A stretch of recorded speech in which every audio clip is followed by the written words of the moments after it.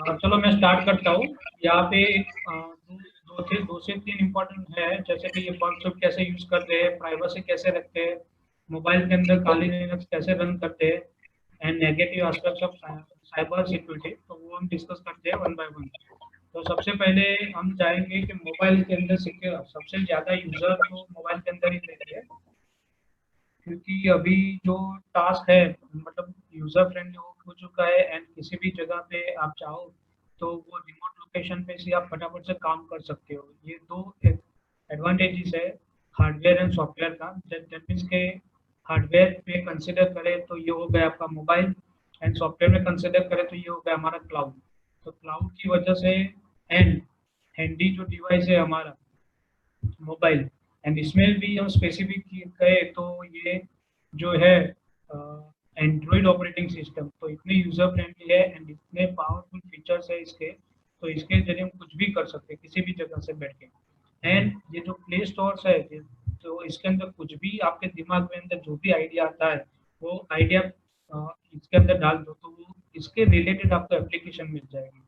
तो इतनी सारी एप्लीकेशन भी मिल जाती है।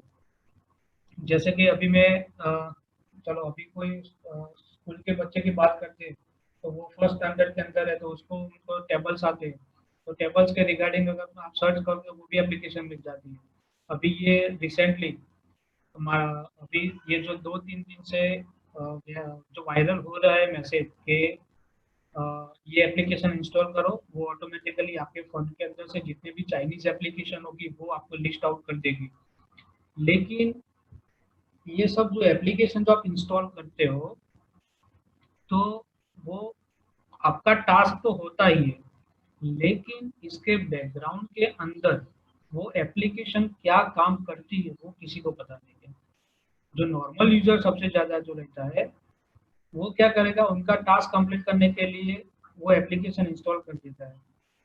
इंस्टॉल करने के बाद वो एप्लीकेशन इंटरनली हो सकता है वो एप्लीकेशन के अंदर मालवेयर भी हो, आपको पता नहीं चलेगा। वो इंटरनली बैकग्राउंड के अंदर आपके फ़ोन में से कुछ डेटा सर्वर पे भेजता रहेगा, यानी आपको मालूम ही नहीं चलेगा। यानी यहाँ पे आपको तब तक पता नहीं चलेगा जब तक आपके सिस्टम के मतलब system in the sense mobile device normal की वजह से दूसरा कोई मिसबिहेव करने लगे, जैसे कि फ़ोन को हैंग हो जाना होता है, फ़ोन में से डेटा या फिर आपके कुछ इंफॉर्मेशन निकालने के बाद रिलेटिवली आपके कुछ और अकाउंट्स हैक होता है, तो वो सब चीज़ें जब होती है तब बहुत देर हो चुकी होती है। तो इसके रिगार्डिंग आपको कौन-कौन सी ऐसी एप्लीकेशंस है तो जो आपके फ़ोन के अंदर रखनी चाहिए, या फिर एंड जो भी आप एप्लीकेशन इंस्टॉल करते हो तो वो एप्लीकेशन इंस्टॉलेशन के लिए क्या-क्या इन्फॉर्मेशन आपको चाहिए होनी चाहिए। तो मैं आपको शेयर करना चाहूँगा, लाइव ही देखते हैं डेमो।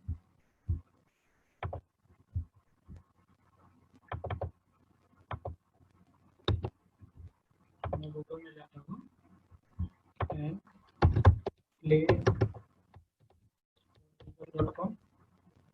चलो मैं चाहता हूँ कि ये साइबर के रिलेटेड मुझे कोई एप्लीकेशन इंस्टॉल करनी है, तो साइबर सिक्योरिटी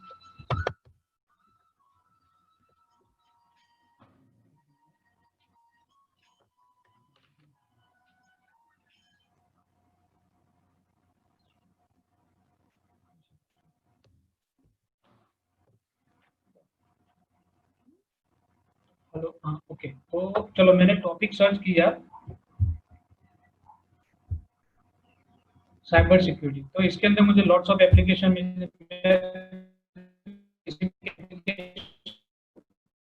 चेक करना है कि इसके रेटिंग्स कितने हैं, नंबर ऑफ डाउनलोड्स कितने हैं, ये तो ये सब नॉर्मल हो गए। देन आफ्टर आपको जाना है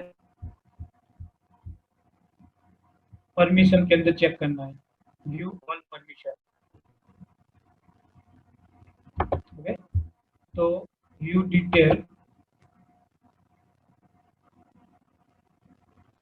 ओके, तो ये जो एप्लीकेशन है वो आपके फ़ोन में से इतनी चीज़ें मतलब फ़ोन में से इतने सारे चीज़ें एक्सेस कर सकता है।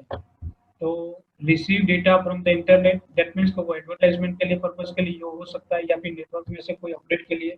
View network connection, full network access, control vibration, prevent device from sleeping. Okay, इसके अलावा एक और देखते हैं कि जैसे कि ये मैं सर्च करता हूँ व्हाट्सएप, तो व्हाट्सएप के अंदर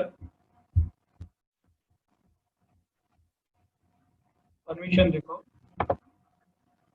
ओके, तो वो आपका लोकेशन यूज करेगा, माइक्रोफोन यूज करेगा, आइडेंटिटी मतलब डिवाइस का IMEI नंबर, फोन नंबर, वो सब ले सकता है। Device and app history, camera, photo, मतलब ये देखो सारी की सारी चीजें ये एक्सेस कर रहा है। सिमिलर में फेसबुक है, गूगल्स है। ओके, गूगल की जितनी भी एप्लीकेशन है वो सब ये यूज करेगा। ठीक है, तो अ,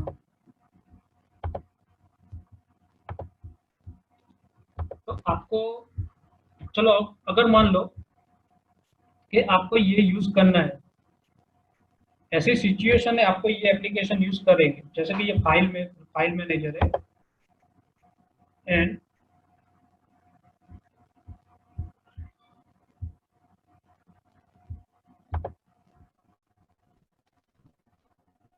ओके, फाइल मैनेजर है तो इसको क्या चाहिए होगा, स्टोरेज का परमिशन चाहिए, चलो एक genuine okay.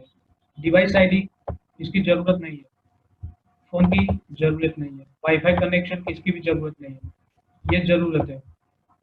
Then after contact की भी जरूरत नहीं है। लेकिन अगर आप ये इसको डिनाई करोगे जब भी इंस्टॉल होती है, अगर आप डिनाई करोगे तो वो एप्लीकेशन इंस्टॉल नहीं होगी। तो आप एक ऑप्शन ऐसा कर सकते हो कि जब भी एप्लीकेशन को इंस्टॉल करना है तो ये सब परमिशन दे दो, इंस्टॉल कर दो। देन आफ्टर इंस्टॉलेशन होने के बाद सेटिंग में जाके इसको डिसेबल कर दो ये परमिशन को।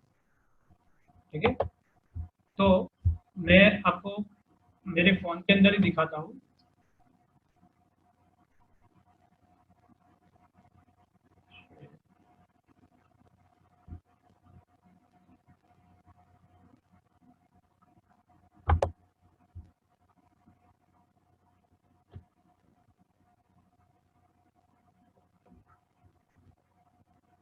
ओके, तो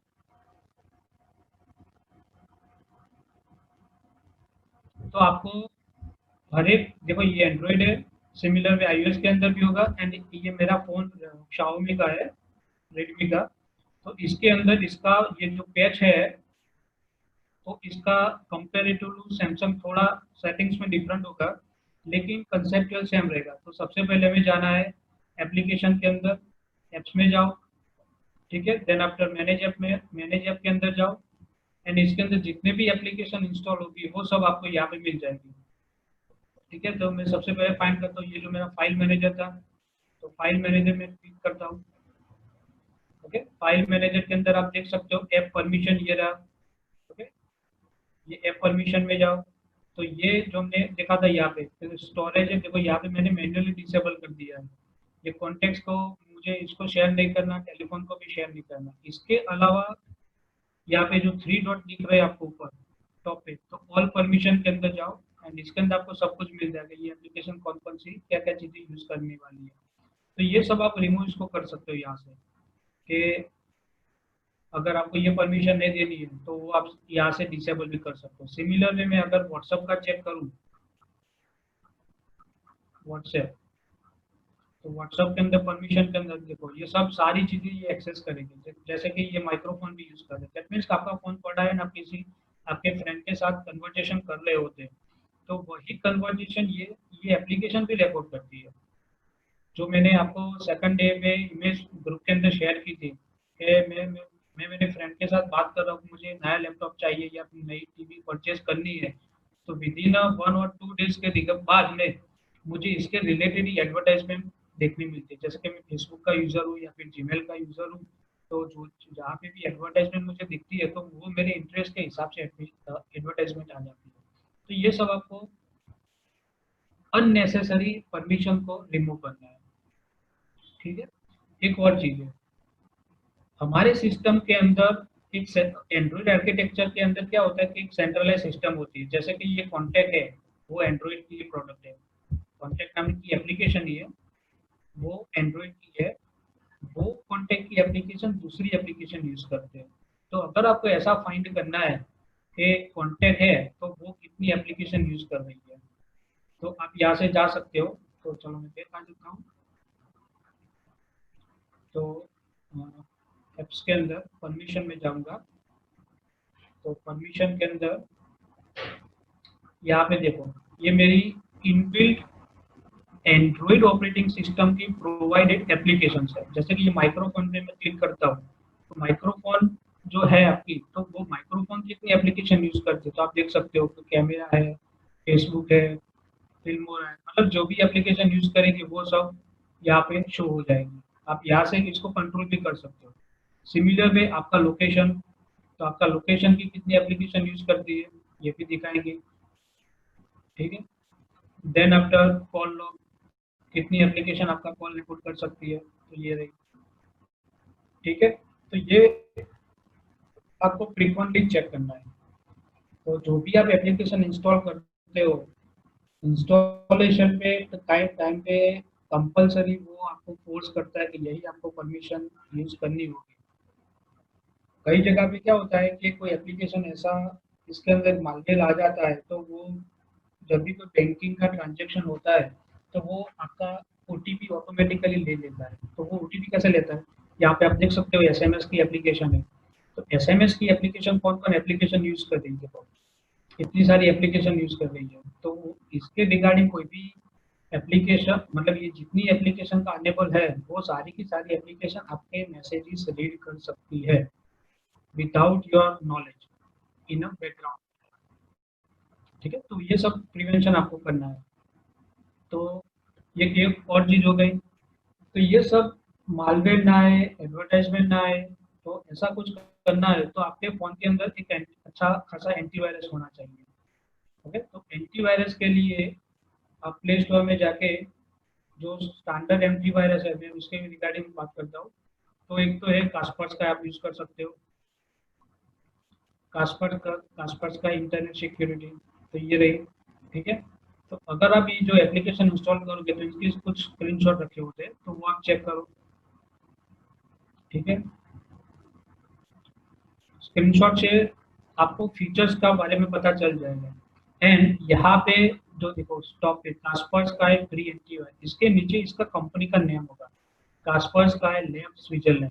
तो ये एक्चुअल ओनर है कि या नहीं वो पता चलेगा। ठीक है। मैंने यहाँ पे ऑलरेडी इंस्टॉल किया हुआ है तो यहाँ पे दिखाई दे रहा है। सिमिलर में ये एक और ये अवर्स का भी है। ओके। तो ये अवर्स का भी आप इंस्टॉल कर सकते हो। फिर वो जो भी एप्लीकेशन इंस्टॉल करोगे तो आपको यहाँ से इसकी रीड मोड के अंदर चेक करने के बाद परमिशन देखना है अबाउट दिस ऐप। एंड यहाँ पे देखो ये फीचर्स है इसके, इतना सारा प्रोटेक्शन प्रोवाइड करती है। एंटी थेफ्ट है, ऐप लॉग है, एंटीवायरस है, फोटो वॉल्ट है, वीपीएन है, जंक क्लीनर है, वाईफाई सिक्योरिटी। एंड ये प्रीमियम के अंदर है अगर आपको पे करना है तो। देन आफ्टर यहाँ पे देखना है अपडेटेड ऑन, ये एप्लीकेशन जो भी एंटीवायरस सॉफ्टवेयर आप यूज करो तो इसकी अपडेट फ्रीक्वेंसी कितनी है वो चेक करनी है। दैट मीन्स कि वो वायरस के डेटाबेस को अपडेट कितनी बार करता है। देखो आप यहाँ पे देख सकते हो तो कौन से डेट को रिलीज हुई थी, 6 दिसंबर 2011 को, एंड रिसेंटली अपडेट इसका 11 मई का है। मतलब हम कह सकते हैं कि इसके अंदर लेटेस्ट वायरस की डेफिनेशन को किल करने की कैपेबिलिटी है। देन आफ्टर इसको परमिशन देखनी है। ऑब्वियस है ये एंटीवायरस है तो सारी की सारी परमिशन ये यूज करेगा। ठीक है। चलो एक और चीज। ठीक है। एंड जब भी आप प्ले स्टोर में से कोई एप्लीकेशन इंस्टॉल करते हो तो यहाँ पे आपको कंपलसरी प्ले स्टोर के अंदर प्ले प्रोटेक्ट को अनेबल करना है। यहाँ पे जो है प्ले प्रोटेक्ट। ठीक है। तो प्ले प्रोटेक्ट अनेबल से क्या होगा कि जो भी एप्लीकेशन इंस्टॉल होगी वो सबसे पहले गूगल प्ले स्टोर इसको स्कैन करेगा। ओके।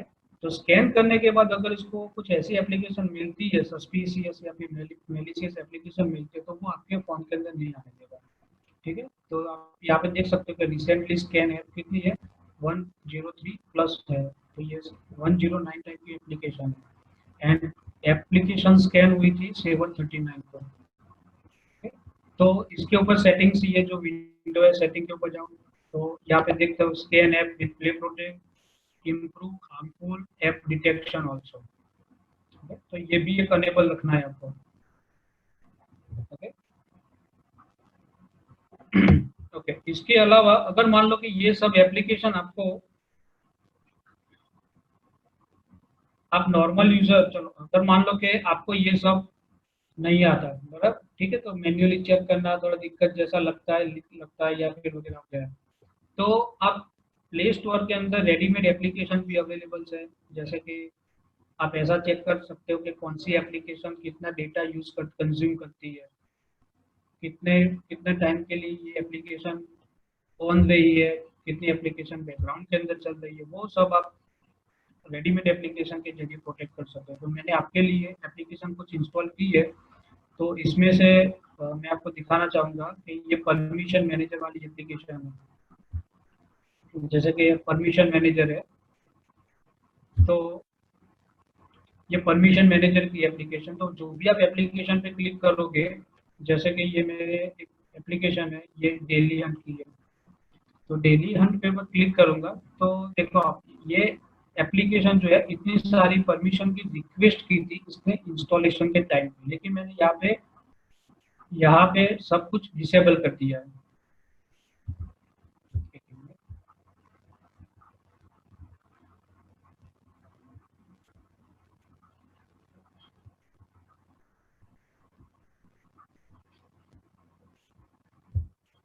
ओके, तो यहाँ पे इंस्टॉलेशन के टाइम पे तो इसने कंपलसरी पूछा था, लेकिन देन आफ्टर मैंने यहाँ पे डिसेबल कर दिया इंस्टॉलेशन हो जाने के बाद. ठीक है.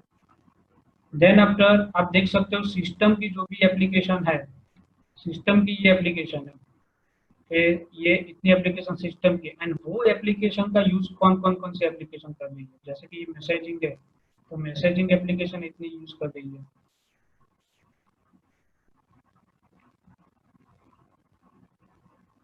ओके, तो ये मैसेजिंग एप्लीकेशन हो गई.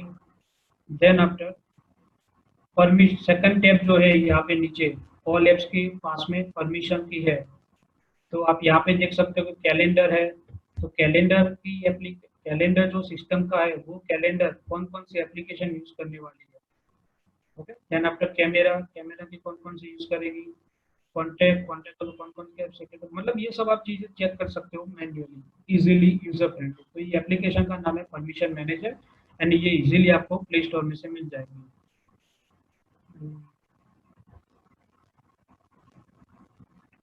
मैं यहाँ से सर्च करता हूँ परमिशन मैनेजर. ओके, तो ये जो फर्स्ट वाली है परमिशन मैनेजर, ये आप यूज कर सकते हो. ओके, चलो ठीक है, ये परमिशन का हो गया. देन आफ्टर आपको चेक करना है, ये परमिशन का तो हमने क्लियर कर दिया. देन आफ्टर आपको चेक करना है कि आपका एप्लीकेशन, आपका फोन रूट है या नहीं. अब ये एंड्रॉइड के अंदर रूट का क्या मतलब है, रूट, एंड्रॉइड ऑपरेटिंग सिस्टम जो है वो लिनक्स बेस्ड है एप्लीकेशन.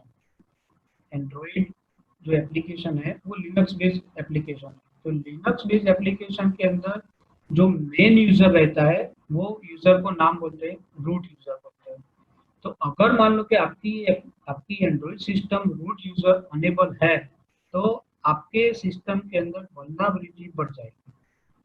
मतलब आपके सिस्टम के अंदर अगर आपने कुछ भी इजीली इनकमिंग, मतलब जो भी वल्नरेबिलिटी टाइप का ओपन कर दी एप्लीकेशन इंस्टॉल की है आपने, तो सबसे ज्यादा चांसेस रहेंगे अटैकर्स को, मिल जाएगा, उनको चांस मिल जाएगा कि ये एप्लीकेशन ओपन एंडेड है, तो आप इजीली, तो आपके सिस्टम के अंदर चेक करना है कि रूट, आपकी system root, Android system root है या. तो इसके लिए रूट चेकर नाम की एप्लीकेशन आपको प्ले स्टोर में से भी मिल जाएगी. ये है एप्लीकेशन. तो root checker basic verified root application, तो मेरा डिवाइस का नाम है एंड्रॉइड वर्जन 9 है, एंड वेरीफाइड रूट पर मैं क्लिक करता हूँ, तो sorry root access is not properly install on this device. Okay, तो मैं मुझे screen. Yes, yes, visible. Okay, तो हम थे रूट चेकर पे. तो रूट चेकर, तो रूट क्या है वो तो पता चल गया है, एंड इसको अगर आपको चेक करना है कि आपका फोन के अंदर रूट अवेलेबल है या नहीं, देखो यहाँ पे रूट यूजर है, higher permission than normal user.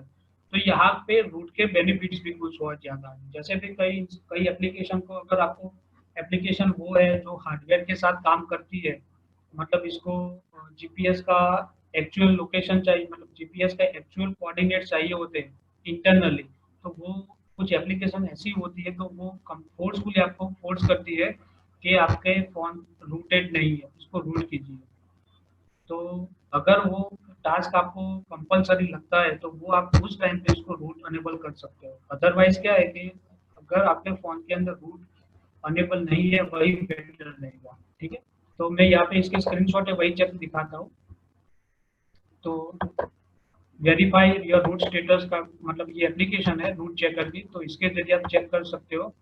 Congress देखो, अगर आपको ऐसा मैसेज मिलता है कि congratulation root access is properly install on this device, तो मतलब ये एप्लीकेशन सक्सेसफुली चेक कर लिया, लेकिन आपको ये ध्यान में रखना कि आपका फोन कभी भी रूट अनेबल नहीं करना है। अगर रूट अनेबल करोगे तो सबसे ज्यादा चांसेस रहेंगे कि आपके अंदर से सब कुछ वो, अगर ऐसे मालवेयर इंस्टॉल हो गया तो सब कुछ वो ले जाएगा। ओके, चलो ठीक है। अब ये हो गया एक इंटरनली, जैसे कि जो ये यूटिलिटी टाइप की एप्लीकेशन है, जैसे कि आपको रूट चेकर है वो नहीं चेक करना पड़ेगा, परमिशन के बारे में चेक करना, मतलब मैन्युअली इसको चेक करो, एंड एंटीवायरस को कंपलसरी अपडेटेड रखना है। ओके, तो यहाँ पे हमने थोड़ा बहुत एक रिस्ट्रिक्शन बना दिया कि आपके सिस्टम के अंदर वायरस ना आए या फिर मालवेयर ना आए, या फिर आपका जो भी डेटा है वो आपके तक ही रखे। अगर मान लो कि फिजिकली आपका फोन चोरी हो गया है, तो आप क्या करोगे? तो अभी तो आपको सबको पता है कि आप गूगल में जाके चेक करोगे वेयर इज माय फोन, या फिर फाइंड माय फोन, या फिर आप देखना चाहोगे कि कहाँ पे आपका फोन है। लेकिन अगर मान लो कि आपका फोन के अंदर जो भी है आपका सिम कार्ड के साथ में चला जाएगा, एंड वो यूजर आपका सिम चेंज कर देता है या फिर फॉर्मेट लगा देता है, तो आप कुछ नहीं कर पाओगे। ठीक है, तो आप इसके जरिए चेक कर सकते हैं सिर्फ एफआईआर के जरिए। आपको कंपलसरी, अगर आपका फोन कॉस्टली है तो आपको एफआईआर दर्ज करानी पड़ेगी। एंड इसके भी मतलब जितने भी साइबर क्राइम की कंप्लेंट्स होती है, इसमें से सिर्फ और सिर्फ 10 to 20% ही रिजॉल्व होती है। इसके अलावा जितनी भी एप्लीकेशन आती है वो बस ऐसे ही फाइल में पड़ी रहती है। इसका मेन ये रीजन ये है कि क्योंकि किसी के पास नहीं है राइट, कौन ले गया क्या किया गया, इतना कस्टमाइजेबल होता है। ठीक है? अगर आपको पता चल जाएगा, चलो आपको ऐसा दिमाग के अंदर है कि मेरे फोन के अंदर आईएमई नंबर मैंने स्टोर किया है, बिल के अंदर है, वो आईएमई नंबर के साथ में मैंने एफआईआर दर्ज करवा दी। ओके, तो वो आईएमई नंबर के जरिए मेरा फोन ट्रेस हो जाएगा। लेकिन अगर कोई यूजर ने आईएमई नंबर का जो सिम ट्रे आती है चेन, जिसको आप जो सिम के ऊपर होता है आईएमई नंबर आपका रजिस्टर, वही इसने चेंज कर दिया, तो दिल्ली के अंदर शायद नेहरू नगर ऐसा कोई इलाका है जहाँ पे ये सब होता है। बॉम्बे के अंदर भी होता है, जबलपुर के अंदर, जैसे कि आपको कई सारे मतलब आपके दिमाग में ऐसा भी होगा कि बाहर के फोन आते हैं वो चीप आते हैं, लेकिन एक्चुअल में क्या होता है, वो लोग वहाँ पे जो भी फोन परचेस करते हैं उनके साथ उनको इंश्योरेंस कंपलसरी लेना पड़ता है। तो जो भी आता है बाहर से वो सब ये क्या करते हैं, जो भी इंडिया आता है उनका रिलेटिव या फिर वो खुद आते हैं, तो वो इंडिया में आके उनको फ़ोन को अनलॉक करवाते हैं। तो वो अनलॉक का क्या है एक्चुअल में जो अनलॉक का मीनिंग ये है कि उसका आईएमईआई नंबर चेंज हो जाएगा एंड सिम, बस वही होता है, मतलब सिम ट्रे है वो चेंज हो जाएगी, इसके अंदर इंटरनली हार्डवेयर आता है वो। तो इसके ज़रिए ट्रैक नहीं होगा, मतलब वो रजिस्टर नहीं होगा, एंड वो लोग वहाँ पे कंप्लेन दर्ज करवा देते कि मेरा फ़ोन चोरी हो गया है, एंड इंश्योरेंस से वो नया फ़ोन ले लेते हैं। तो ये सिस्टम होती है। तो सिमिलरली अगर आपको यहाँ पे सिस्टम में फ़ोन को चेक करना है तो क्या करोगे? तो हमारे पास एक ऐसी एप्लीकेशन होनी चाहिए या फिर ऐसी अवेयरनेस होनी चाहिए कि जैसे कि फ़ोन के अंदर कोई सिम चेंज करता है तो इसका नोटिफिकेशन मिलना चाहिए, या फिर यूज़र कोई भी हो, जैसे कि अगर मान लो कि मैं मेरे फ़ोन के अंदर सिम चेंज करता हूँ एंड मेरा जीमेल अकाउंट का रजिस्टर है, तो मैं फाइंड माय फ़ोन या फिर फाइंड माय फ़ोन, ये जीमेल का भी फीचर्स है, दैट मीन्स गूगल का फीचर्स है। तो इसके जरिए आप लोकेशन मैप के ऊपर ट्रेस कर सकते हो कि आपका फोन कहाँ पे है। एंड इसका फीचर ये है कि इसके अंदर कुछ फीचर्स भी है, जैसे कि देखो यहाँ पे प्ले साउंड है, सिक्योर डिवाइस है, इरेज डिवाइस है। दैट मीन्स वो सब डेटा आप ये कंट्रोल कर सकते हो जीमेल के अकाउंट के जरिए। लेकिन अगर मान लो कि वो यूजर ने आपका फोन लिया, छुआ है, स्क्रीन लॉक का पासवर्ड बाईपास कर दिया एंड हार्ड फॉर्मेट लगा दिया, तो क्या करोगे? ये सब निकल जाएगा, जीमेल का भी अकाउंट भी रिव्यू हो जाएगा। तो कोई अल्टरनेटिव कुछ नहीं होगा। मतलब ये सब तो एक इंटर, जैसे कि हमारे घर पे हम कई जगह पे बाहर जाते हैं तो हम घर के गेट पे आगे ताला लगाते हैं, फ्रंट गेट पे ताला लगाते हैं, या फिर चलो हमने डोर पे ताला लगाया, इसके बाद हमारे जो कॉर्डन होगी बाउंड्री, वहाँ पे भी हमने ताला, मतलब दो सेकंड लेवल का हमने ऑथेंटिकेशन दिया। लेकिन जो चोर लोग होंगे वो पीछे के दरवाजे से आगे चले गए क्या करोगे? या फिर खिड़की तोड़ के वो अंदर आ गए तो क्या करोगे? कुछ नहीं होगा। वो हमारा फर्स्ट लेवल सेकंड लेवल कुछ नहीं काम अंदर आएगा। ओके, तो इसके लिए हमें काफी सारी प्रिकॉशन लेनी है, जैसे कि ये तो रखना ही है, ऐसा नहीं कि ये काम का नहीं है। हर एक यूजर, अगर मान लो कि आप कई जगह पे ट्रैवलिंग करते हैं, गलती से आपका फोन जेब में से गिर जाता है, एंड जो नॉर्मल यूजर होगे, मतलब वो यूजर है, वो हैकर नहीं है, ओके, उसको उसकी इंटेंशनल ये है कि आपका फोन उसको वापस दिया जाए। आप okay, जिसका फोन उसको वापस किया जाए तो वो क्या करेंगे, फोन के एज इट इज रखेंगे। अब ट्राई करोगे फोन पे, या फिर आप लोकेट करने को ट्राई करोगे, तो वो इसके जरिए भी आप खुद तो उनका पहुंच सकते हो। एक ये चीज़ है, ठीक है। तो इसके लिए ये सब application file Google find my devices है, मतलब ये जीमेल के साथ लॉगिन होते ही है। तो जीमेल के साथ आप लॉगिन होने के बाद आप ये सर्च कर सकते हो, ठीक है। सिमिलर वे ये भी एप्लीकेशन बढ़िया है, track view, find my device and location tracker, track view, ठीक है। देन आफ्टर एक और चीज मैं बताना चाहता हूँ कि ये तो सब ठीक है, लेकिन आपके सिस्टम के फोन के अंदर कौन कौन सी एप्लीकेशन क्या क्या डेटा यूज करती है, तो वो सबको मॉनिटर करने के लिए भी आपको चेक करना चाहिए। इसके लिए ग्लास वायर की एप्लीकेशन है, glass wire data uses monitor. तो कौन सी एप्लीकेशन क्या यूज करती है, कौन कौन से डेटा यूज करते हैं, तो वो सब आप यहाँ से देख सकते हो। ओके, तो detect suspicious application data hoax bank block, ये एप्लीकेशन तब काम आएगी कि जैसे कि मान लो कि ये एप्लीकेशन जो है चाइनीज एप्लीकेशन रिमूवल के एप्लीकेशन करके, तो वो क्या है कि आपको नेट पे भी कई जगह पे लिस्ट पूरा मिल जाएगा कि कौन कौन से एप्लीकेशन चाइनीज है। तो इसके लिए आपको एप्लीकेशन इंस्टॉल करने की जरूरत ही नहीं है, नेट पे आपको लिस्ट मिल जाता है, ठीक है। तो वो एप्लीकेशन, अगर मान लो कि वो एप्लीकेशन इंस्टॉल हो गई है, इंटरनली वो काफी सारे डेटा उनके सर्वर पे भेज रही है, तो आपको क्या करना है, ट्रैक करना है कि कौन कौन सी एप्लीकेशन सबसे ज्यादा नेट का यूज करती है। क्या आपको वो रिलेवेंट लगता है एप्लीकेशन यूसेज का?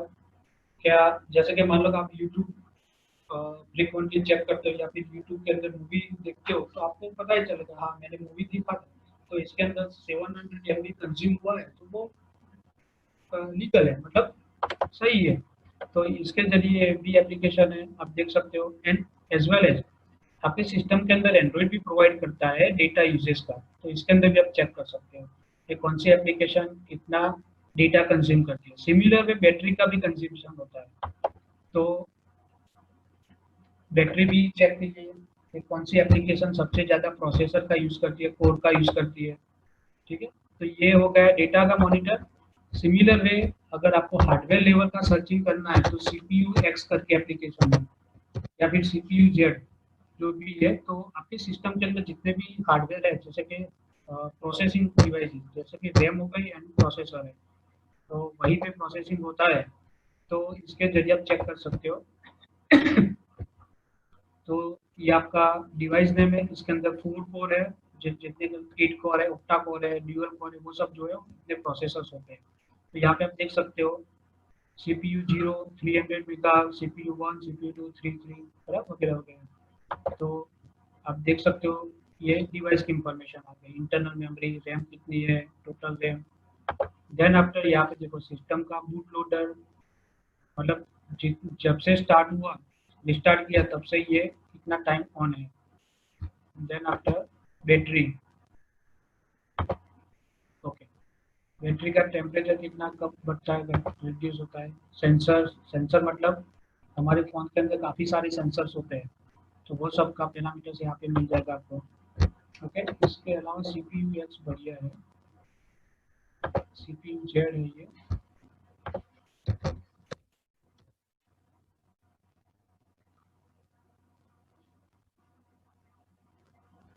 ओके, ये रही CPU एक्स, तो इसके अंदर काफ़ी सारी इंफॉर्मेशन मिल जाती है।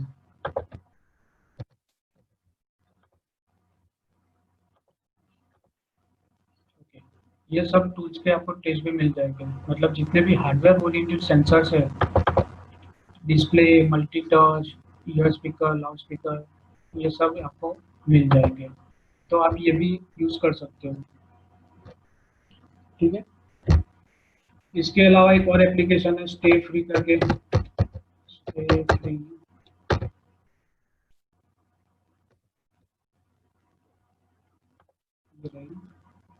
Okay, screen time and tracker and over use reminder, तो कौन सी एप्लीकेशन को आपने सबसे ज़्यादा टाइम दिया है पर डे, कितनी बार वो एप्लीकेशन ओपन की है, कितनी बार क्लोज की है, वो सब इंफॉर्मेशन आपको यहाँ से मिल जाएगी। देखो ट्विटर 35 मिनट और 54 सेकंड्स, 1 आवर टाइम स्पेंड किया है, नीचे ओवर ड्यू का भी बताना है, ये डेली यूजेज का है। सिमिलर वे आप मंथली वो भी कर सकते हो। ओके, देखो यहाँ पे यूजेज काउंट 25, दैट मीन्स कि आपने जो भी यहाँ पे पैरामीटर होगा इतनी बार ये ओपन किया है। ओके, एप्लीकेशन स्टेटस सबसे ज़्यादा कौन सी एप्लीकेशन यूज की है। ओके, ओके, चलो ठीक है, तो ये सब चीज़ें आपको ध्यान में रखनी है कि इतनी एप्लीकेशन का फ्रीक्वेंटली आपको चेक करना है। तो कौन कौन से डिस्कस किए हमने, एक तो stay free, root, find device, glass wire, data usage monitor की, देन आपने एंटीवायरस के बारे में बात किया, परमिशन मैनेजर के बारे में बात किया। ओके, एक और है गूगल की प्रोडक्ट है, Google password, Google password manager.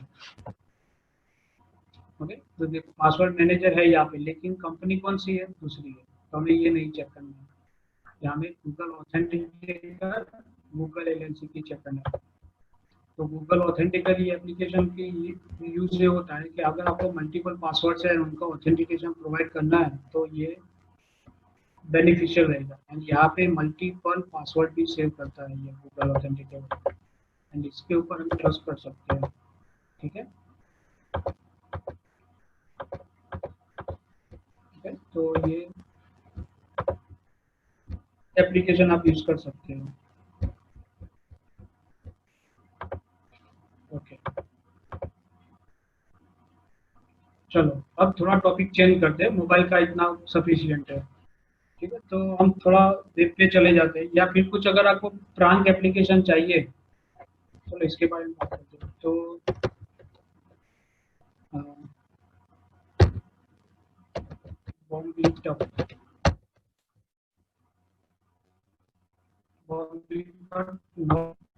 Dot net, ये सिर्फ प्रांक एप्लीकेशन है, an application to prank your buddies. That means कि अगर किसी भी शॉपिंग साइट पे आप परचेस करते हो, जैसे कि फ्लिपकार्ट हो गया, या फिर किसी भी जगह पे ऑथेंटिकेशन टाइप का ओटीपी आता है आपको कि OTP for login into Facebook account, OTP for Swiggy, OTP for online banking का रिलेटेड, तो सिर्फ आपको मैसेज उनको बम्प करना है, बम्प मतलब मल्टीपल टाइम्स उसको रैंडमली सेंड करवाना है, तो ये एप्लीकेशन आप यूज कर सकते हो।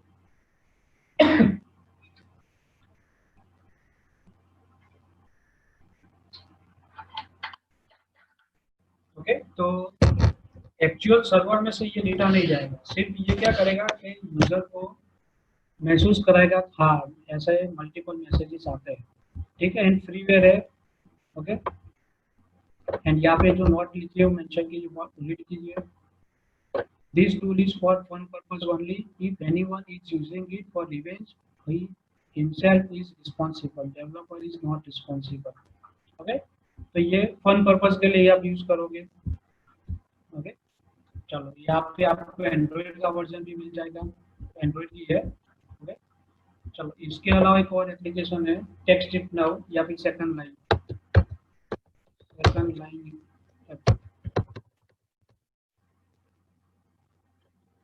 के अंदर भी अवेलेबल है, या फिर text it now. Text now. Okay, one service for any and every budget even. Okay, तो ये एप्लीकेशन ये यूज करेंगे दोनों के. कई जगह पे ऐसा होता है कि इंटरनेशनली कॉल आता है आपके फोन के अंदर. जैसे कि मुझे मेरे फ्रेंड को ऐसा दिखाना है कि मैं यूएस पहुंच गया हूँ एंड मुझे यूएस के नंबर से कॉल करना है इसको, तो मैं ये यूज कर सकता हूँ. ठीक है, तो आप जो भी नंबर सेट करोगे वहीं से आपको फोन आना शुरू हो जाएगी. मतलब एज ए इनकमिंग कॉल इसको वही यूएस का दिखाएगा. तो ये एप्लीकेशन है.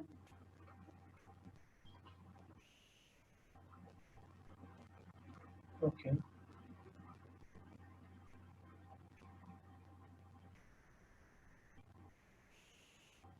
ओके, एक और चीज है, मैं आपको ईएमआई का दिखाता हूँ. ईएमआई ट्रैक करके, क्योंकि हमारा जो है ईएमआई ट्रैकर, तो IMI ट्रैकर भी आपको गूगल में से मिल जाएगा, लेकिन वो 100% एक्यूरेट नहीं है. IMI ट्रैकर वो भी सिमिलर है. फाइंड माय डिवाइस के जरिए यूजर का जो लास्ट लोकेशन होगा वही पे आपको दिखाई देगा. ओके, तो ये एप्लीकेशन भी आप चेक कर सकते हो. इसके अलावा अगर आपको नेट पे ऑनलाइन चेक करना है तो mobile tracker .com. Okay, mobile number tracker है मोबाइल ट्रैकर.com. ओके, ये रहा. तो सपोज मैं मेरा नंबर इंस्टॉल पास करता हूँ, ये मोबाइल नंबर का भी रिप्रेजेंट करेगा. तो अहमदाबाद का लोकेशन है. ओके, लेकिन ये कौन सा आपको लोकेशन देगा? हो सकता है ये आपका नंबर किसी जगह पे रजिस्टर हुआ होगा एंड वही सर्वर का, मतलब जो नियरेस्ट सर्वर होगा उनका लोकेशन दे रहा है. नियर अबाउट हम बोल सकते हैं नियर अबाउट 150 किलोमीटर. तो 150 किलोमीटर के अंदर हम क्या ढूंढने जाएंगे? ठीक है, तो स्टेट गुजरात अहमदाबाद प्रोवाइडर नहीं मेंशन किया है क्योंकि मैंने काफ़ी सारी बार MMP करवाई इसलिए. ओके, तो एक्चुअल में जो गवर्नमेंट जो डेटा प्रोवाइड करेंगे वही हम के ऊपर चेक कर सकते हैं. तो गवर्नमेंट की जो ऑथोराइज साइट्स है CER से .government.in, इसके जरिए आप इसको चेक कर सकते हैं. नो योर मोबाइल थ्रू की you can check the validity of your mobile device even before buying it. Okay, IMI number, ये IMI नंबर का ही है. IMI number block stolen lost mobile check IMI request status unblock. Okay, तो IMI number के जरिए अगर आपके पास है एंड इसको ब्लॉक करना है कि ये IMI नंबर वाला फोन फिर से यूज ना हो, तो ये कर सकते हो. डिपार्टमेंट ऑफ टेलीकम्युनिकेशन का है ये. ओके, गवर्नमेंट का ये ऑथोराइज है. तो request for blocking lost stolen mobile, तो इसके जरिए आप आपका फोन रजिस्टर करवा सकते हैं एंड फिर से यूज ना हो इसके लिए आप यहाँ पे यूज कर सकते हो. ओके, तो EMI नंबर की ट्रैकर की ऑफिशियल गवर्नमेंट की साइट है, इसके जरिए आप यूज कर सकते हो. लेकिन मुझे ऐसा पता है कि ये साइट सिर्फ आई थिंक महाराष्ट्र के अंदर ही अवेलेबल है. ईयरफोन दे. अच्छा, और तू क्या कर रहा है? क्या?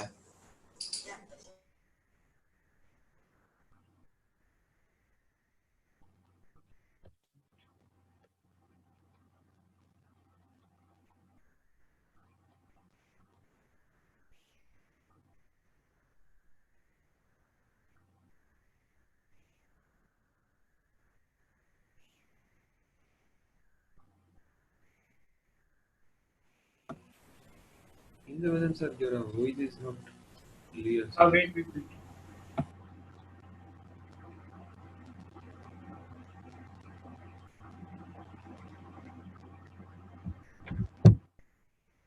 ओके, तो हमें ये मोबाइल का भी चेक करना हो कि हमारा डिवाइस कहाँ पे है। तो ये अब तक हमने जितने भी टूल डिस्कस किए थे एप्लीकेशन, वो सब फ्री ओपन सोर्स है।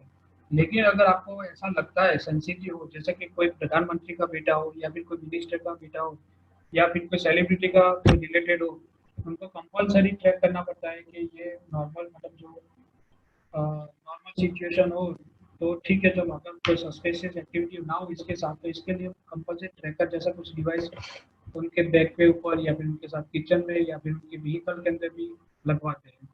ठीक है, तो इस टाइप की भी काफ़ी सारी अवेलेबल होती है। तो उस टाइप के कुछ मैं आपको कंपनीज के नेम दिखाता हूँ। तो वो एक है आई थिंक mspy.org। तो ये आपको उनके फ़ोन के अंदर इंस्टॉल करनी है, phone monitoring app for parental control. तो इसके जरिए आप सब कुछ कर सकते हो। एंड इसके फीचर्स ये है, आप उनके अकाउंट के अंदर व्हाट्सएप चेक कर सकते हो, Snapchat, Facebook, call logs, SMS, location monitoring, photo, video, सब कुछ उनका फ़ोन के अंदर ये चेक कर सकते हो, अगर इनके फ़ोन के अंदर आपने इंस्टॉल कर दिया तो। ओके तो ये भी है, लेकिन ये फ्री नहीं है अवेलेबल, आपको इसके लिए कुछ पे करना पड़ेगा। ओके, तो ये आप वेब के जरिए भी आप चेक कर सकते हो, इनके फीचर्स भी देखो। ओके, मेमोरी का स्ट्रक्चर मिल जाएगा, कौन कौन से लोकेशन पे वो ट्रैक करता है। ओके, मोस्ट कॉलिंग कॉन्टैक्ट, उनके फ़ोन के अंदर कौन कौन कॉल कर रहा होता है।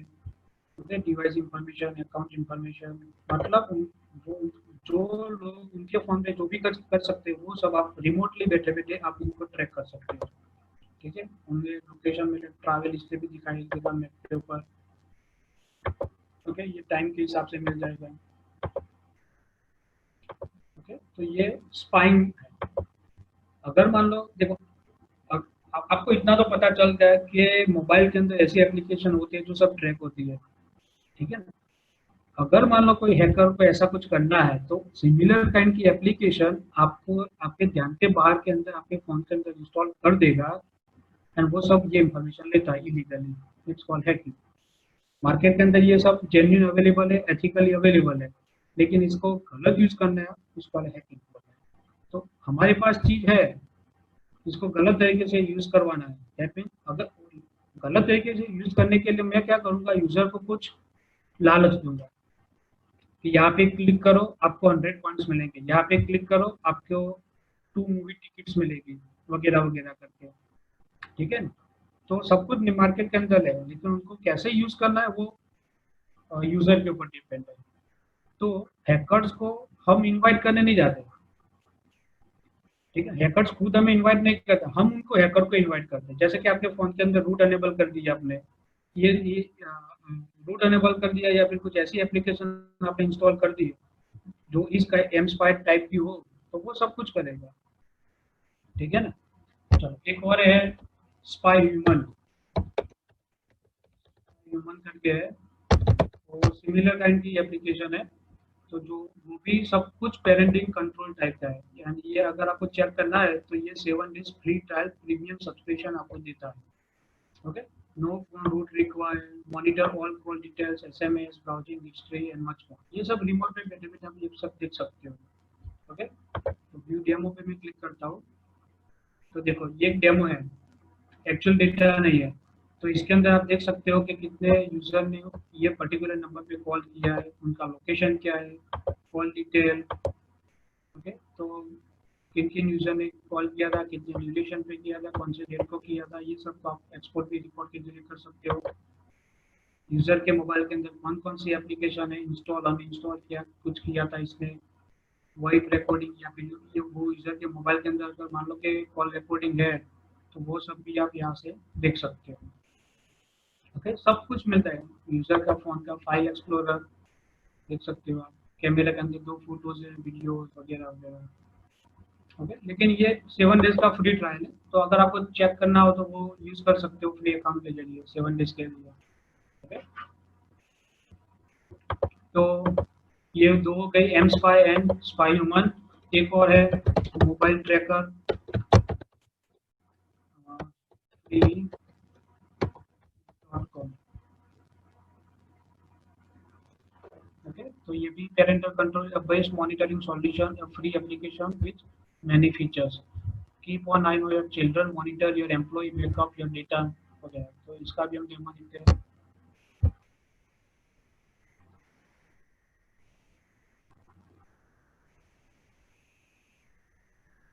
ओके, तो ये डेमो है। तो इतने सारे फीचर्स के जरिए यूजर को मिल जाती है।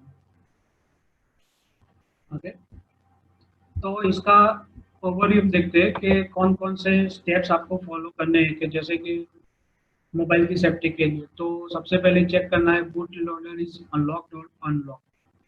तो बूट लोड, जब भी आप फोन को रिस्टार्ट करते हो तब आपको वॉल्यूम की एंड पावर की साथ में प्रेस करने से आपको उनका जो कंट्रोल पैनल्स है लोडिंग का वो सब इंफॉर्मेशन मिलते हैं। वहीं से आपको हार्ड फॉर्मेट वगैरह कुछ कर सकते हो। जैसे कि आपका फोन स्क्रीन लॉक हो गया है और आपको पैटर्न याद नहीं है, फॉर्मेट लगाना है, तो वहीं से आप फॉर्मेट कर सकते हो, पूरे का पूरा डेटा इरेज हो जाएगा आपका। तो वो सब कर सकते हो आप। तो सबसे पहले चेक करना है कि बूट लॉक जो है वो लॉक है अनलॉक, तो लॉक होना चाहिए। देन अपना सेकंड स्टेप वो चेक करना है आपकी फोन जो है रूटेड है या नहीं है, तो रूटेड नहीं होना चाहिए। देन आफ्टर एक्सेसिबिलिटी चेक करनी है, जैसे कि परमिशन मैनेजर्स है वो सब चेक करनी है। ठीक है, एंड नॉर्मली हो सके तो पैटर्न लॉक दो, या फिर जो जो फेस फेस का भी यूज करते हैं अब तक, तो वो आ जाएगा ऑलमोस्ट सारे के सारे फोन के अंदर। ईजी स्कैन आ गया है सैमसंग के फोन के अंदर, फेस अनलॉक आ गया है। ओके, तो वो फेस लॉक या फिर ईजी स्कैन से फोन ओपन करना इतना इजी रहने वाला है जितना पैटर्न लॉक में नहीं होगा। पैटर्न लॉक भी होता है, हमें क्या चाहिए, फोन के सामने हमें इमेज चाहिए जो बंदा ने रजिस्टर किया है, तो हमें फेसबुक में से तो मिल जाएगी ना इमेज। तो उनकी फेसबुक में से हमें इजीली मिल जाएगी। हमें वो same to same colour print निकलवा के कुछ मॉडिफिकेशन करके वो फोन के सामने रख देंगे तो हो जाएगा अनलॉक। फोन पे आप जब भी पैटर्न लॉक करते हो तो आपकी पैटर्न की कॉपी भी वहाँ पे थोड़ा दिखती है। अगर वो मॉइस्चराइज टाइप का भीतर होगा तो वो कंपलसरी वो स्क्रीन पे अगर ऐसा होगा तो वो भी आपको पैटर्न दिख सकती हो, तो वो भी वहीं पे रहती है। ठीक है, तो वो सब प्रिकॉशनरी देखना है। देन आफ्टर डिवाइस का एडमिनिस्ट्रेशन करना हो। ठीक है, तो ये सेफ्टी के। Then after only install trusted application before installing, check the application code by the way of app store, play protect और एंटीवायरस सॉफ्टवेयर के जरिए, वो सब आपको चेक करनी है। देन आफ्टर एंटीवायरस सॉफ्टवेयर होगा। ओके, देन आफ्टर आपको यूज करना है update your application operating update your application and operating system whenever update is available. जब भी अपडेट मिलता है आपकी एप्लीकेशन को या फिर आपकी ऑपरेटिंग सिस्टम को, तो भी आपको कर दें। जैसे कि आईओएस के अंदर है, तो आईओएस के अंदर भी जब भी नया वर्जन मिलता है आपको तो वो भी अपडेट करना है। देन आफ्टर आपकी एप्लीकेशन के अंदर डेटा को आपको मॉनिटर करना है। ठीक है, तो कौन सी एप्लीकेशन सबसे ज़्यादा बैटरी कंज्यूम करती है, देन आफ्टर कौन सी एप्लीकेशन सबसे ज़्यादा डेटा यूज़ करती है, कौन सी एप्लीकेशन बैकग्राउंड के अंदर रनिंग है। आपको पता है, एक और चीज़ बताना चाहूँगा कि आपका फ़ोन है एक टाइप का बॉम्ब है। Can you believe it? मैं एक और एग्जांपल बताना चाहूँगा आपको।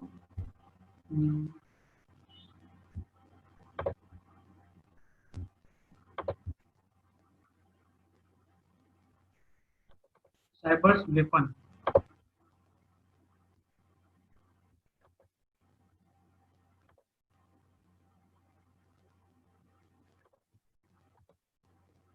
ये इंडस्ट्री है। तो यहाँ पे आप टॉप राइट हैंड साइड पे 3 टैंक देख रहे हो। इसमें तीन टैंक के अंदर जबरदस्त फायर हुई थी। जो लेफ्ट हैंड साइड के अंदर इमेज में आप देख सकते हो। तो ये जो फायर हुआ था, ब्लास्ट हुआ था, वो साइबर वेपन के जरिए हुआ था। आप मान सकते हो कि ये कैसे पॉसिबल हुआ होगा? गेस कर सकते हो ऐसा ब्लास्ट हुआ था? तो सराउंडिंग एरिया या फिर जितने भी एम्प्लॉइज होंगे उनका तो क्या हुआ होगा? सिमिलर वे आपका फोन भी एक बॉम्ब है। आपने कई बार नेट पे सुना होगा बैटरी ब्लास्ट हुई फोन की।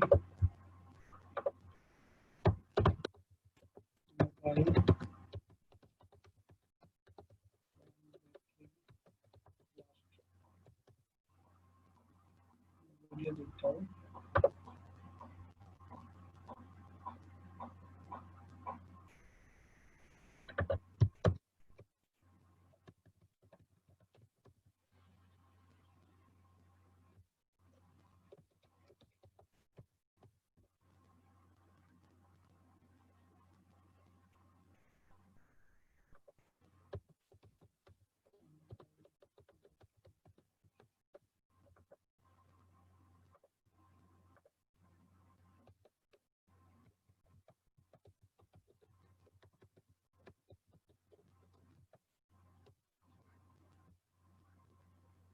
ये ऑडियो डिसेबल करता हूँ। देखो ये बैटरी है, देखो देखा आपने? तो मोबाइल हमारा एक बॉम्ब भी है। अब इसको ब्लास्ट कैसे कर हो सकता है, या फिर ब्लास्ट होने का रीजन क्या है, या फिर वो जो टैंक के अंदर ब्लास्ट हुआ था वो कैसे हुआ? तो उस टाइम पे जो ब्लास्ट हुआ था टैंक के बारे में, जो इंडस्ट्री के अंदर हुआ था, तो वो इंडस्ट्री का जो कंट्रोल पैनल होती है वो पूरे का पूरा डिजिटली होता है। एक जहाज है, कंप्यूटर में से ही ऑपरेट होता है। सिमिलर वे वायरस इंट्रोड्यूस ने क्या किया था, उसको स्ट्रैक्स बोलते हैं, स्ट्रैक्स structures. Okay, let me check the again name. Reason behind this blast is called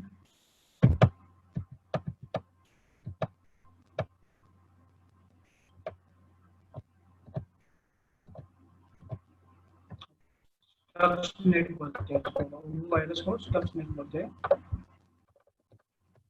Stuxnet virus.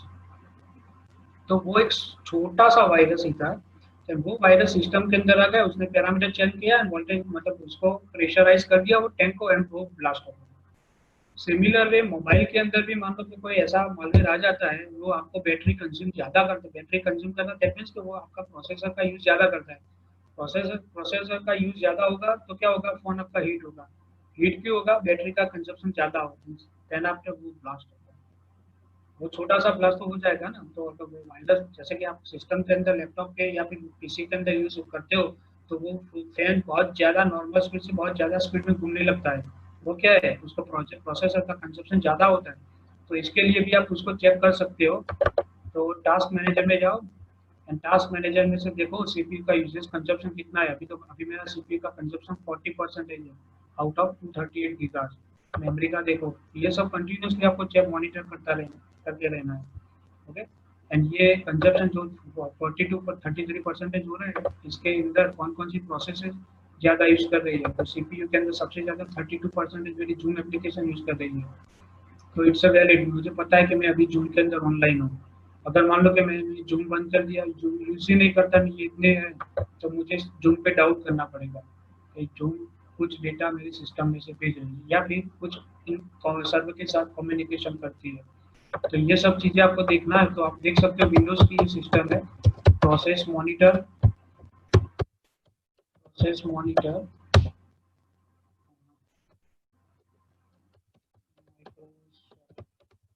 Process monitor.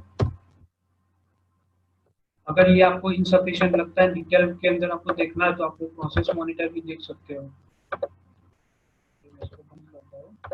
तो ये एप्लीकेशन आप डाउनलोड कर सकते हो। ओके, तो प्रोसेस छोटा ही है, तो प्रोसेस मॉनिटर के जरिए आप वो एप्लीकेशन देख सकते हो। ओके, तो कौन कौन सी प्रोसेस क्या है, कंजम्पशन क्या है, सिमिलर वे प्रोसेस मॉनिटर हो गया, देन आफ्टर प्रोसेस एक्सप्लोरर भी है, तो ये प्रोसेस का भी आप यूज कर सकते हो। ओके, तो यहाँ पे कौन सी एप्लीकेशन लॉन्च हुई है वगैरह वगैरह, ये विंडोज का है। सिमिलर वे जब भी आप विंडोज मतलब ऑपरेटिंग सिस्टम स्टार्ट करते हो तो कौन कौन सी एप्लीकेशन डिफॉल्ट चालू होती है, माइक्रोसॉफ्ट ऑटोरंस। ऑटोरंस को देखो, तो ये एप्लीकेशन आपको दिखाएगी एट अ स्टार्टअप कौन कौन सी एप्लीकेशन ओपन होने वाली है। जैसे कि स्टार्टअप के अंदर एंटीवायरस हो गए, सिस्टम की क्लॉक हो गई, मतलब सिस्टम की सर्विसेज के अलावा। ठीक?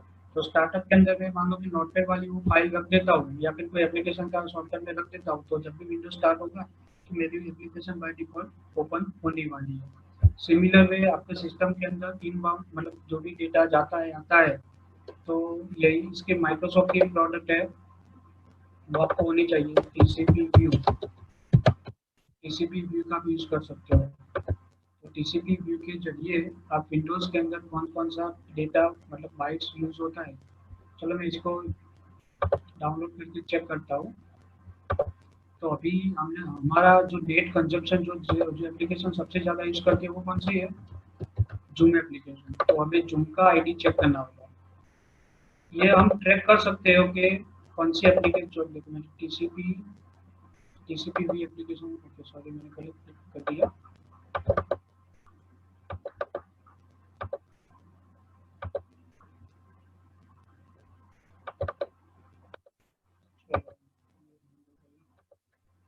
ये सिस्टम हैंग हो चुकी है मेरी, तो इसको मुझे बंद करना है। तो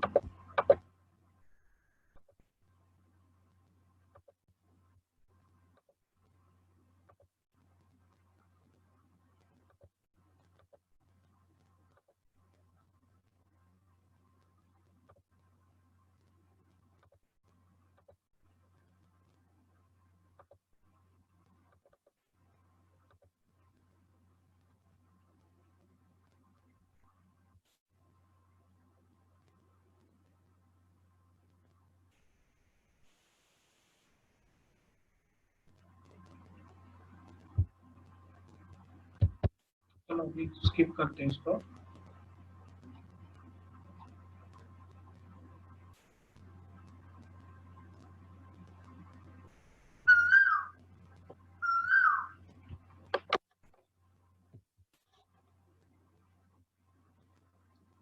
हाँ आप लोग, हाँ मैं बंद कर लिया, हैंग थी ना।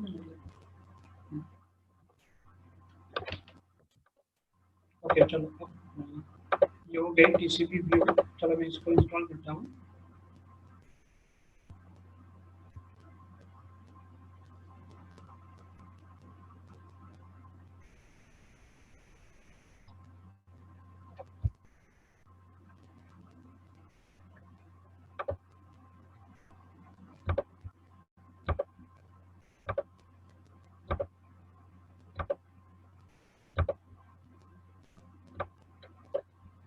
तो मैं एक और चीज़ आपको तब तक दिखाना चाहता हूँ, ये लोडिंग होती है तब तक। वायरस एंड थ्रेड प्रोटेक्शन के अंदर आपको वो भी अनेबल करना है। तो करंट ट्रोजन देखो, ये सीवियर है, मतलब एक ट्रोजन टाइप की फाइल आ गई है। थ्रेड फाउंड स्टार्ट है रिकमेंडेशन एक्शन। तो रिमूव क्वारंटाइन करना है या कट करना है, तो मैं इसको अभी इंस्टॉल करता हूँ टीसीपी व्यू को। देखो चलो ये हो गई। तो देखो ये टीसीपी व्यू एप्लीकेशन है, इंस्टॉल हो चुकी है मेरी। एंड कौन कौन से पोर्ट यूज होती है, रिमोट आईपी एड्रेस क्या है, कितने पैकेट सेंड करती है, रिसीव करती है, ओके ये सब मिल जाएगी। तो हमें फाइंड करना है हमारा जूम एप्लीकेशन का कौन सा टीसीपी के जरिए वो डेटा एक्सचेंज करता है। तो रिमोट आईपी एड्रेस हमें फाइंड करना पड़ेगा। ये जो आपको दिख रहा है अमेजोन का, वो जूम है। देखो प्रोसेस जूम मिल जाती है हमें।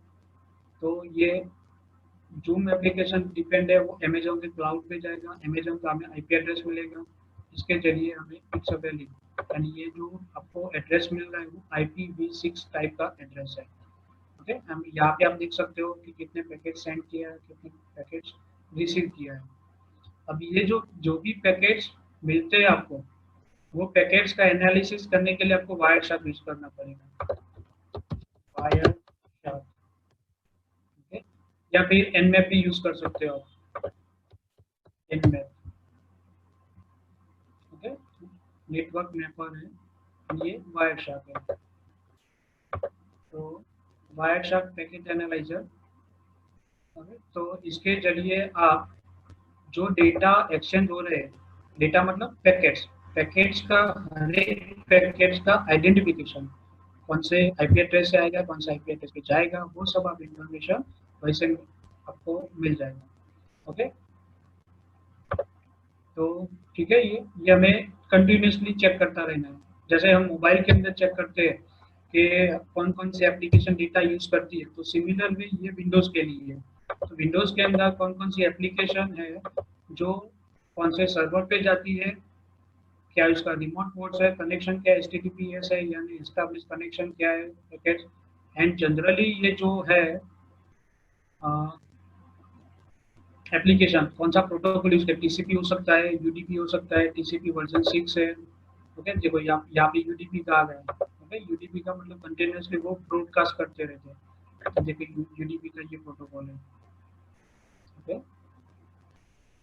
तो इसके जरिए आप यूज कर सकते हो। अब आपको मान लो कि पता चल गया कि ये यूज होती है, जैसे कि गूगल का क्रोम का कौन सा है प्रोसेस को मैं शॉर्टिंग करता हूँ गूगल का, तो मुझे ये आईपी एड्रेस मिलता है, ठीक है, 151.1.10। अब मुझे वो चेक करना है आईपी एड्रेस, तो कल सर ने आपको दिखाया था, तो वो आईपी एड्रेस किसका है, तो आप यहाँ से चेक कर सकते हो 151.101.158.217। फास्ट क्लियर अननोन डोमेन ये नहीं मिल रहा है, तो क्रोम का ही है लेकिन वो इंटरनली वो होगा शायद। तो इसके अलावा हम एक और आईपी एड्रेस लेते हैं,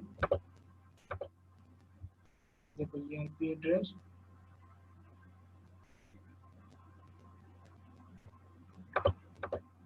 झुमका हमें चाहिए,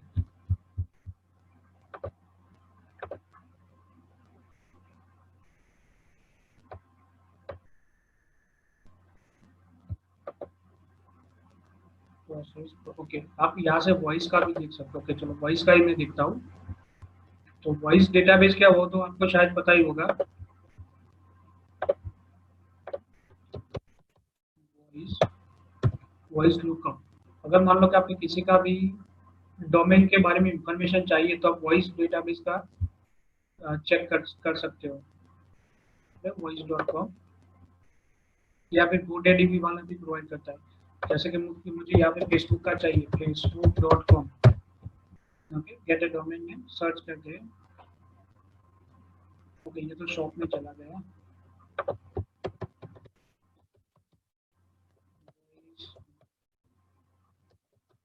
डेटाबेस,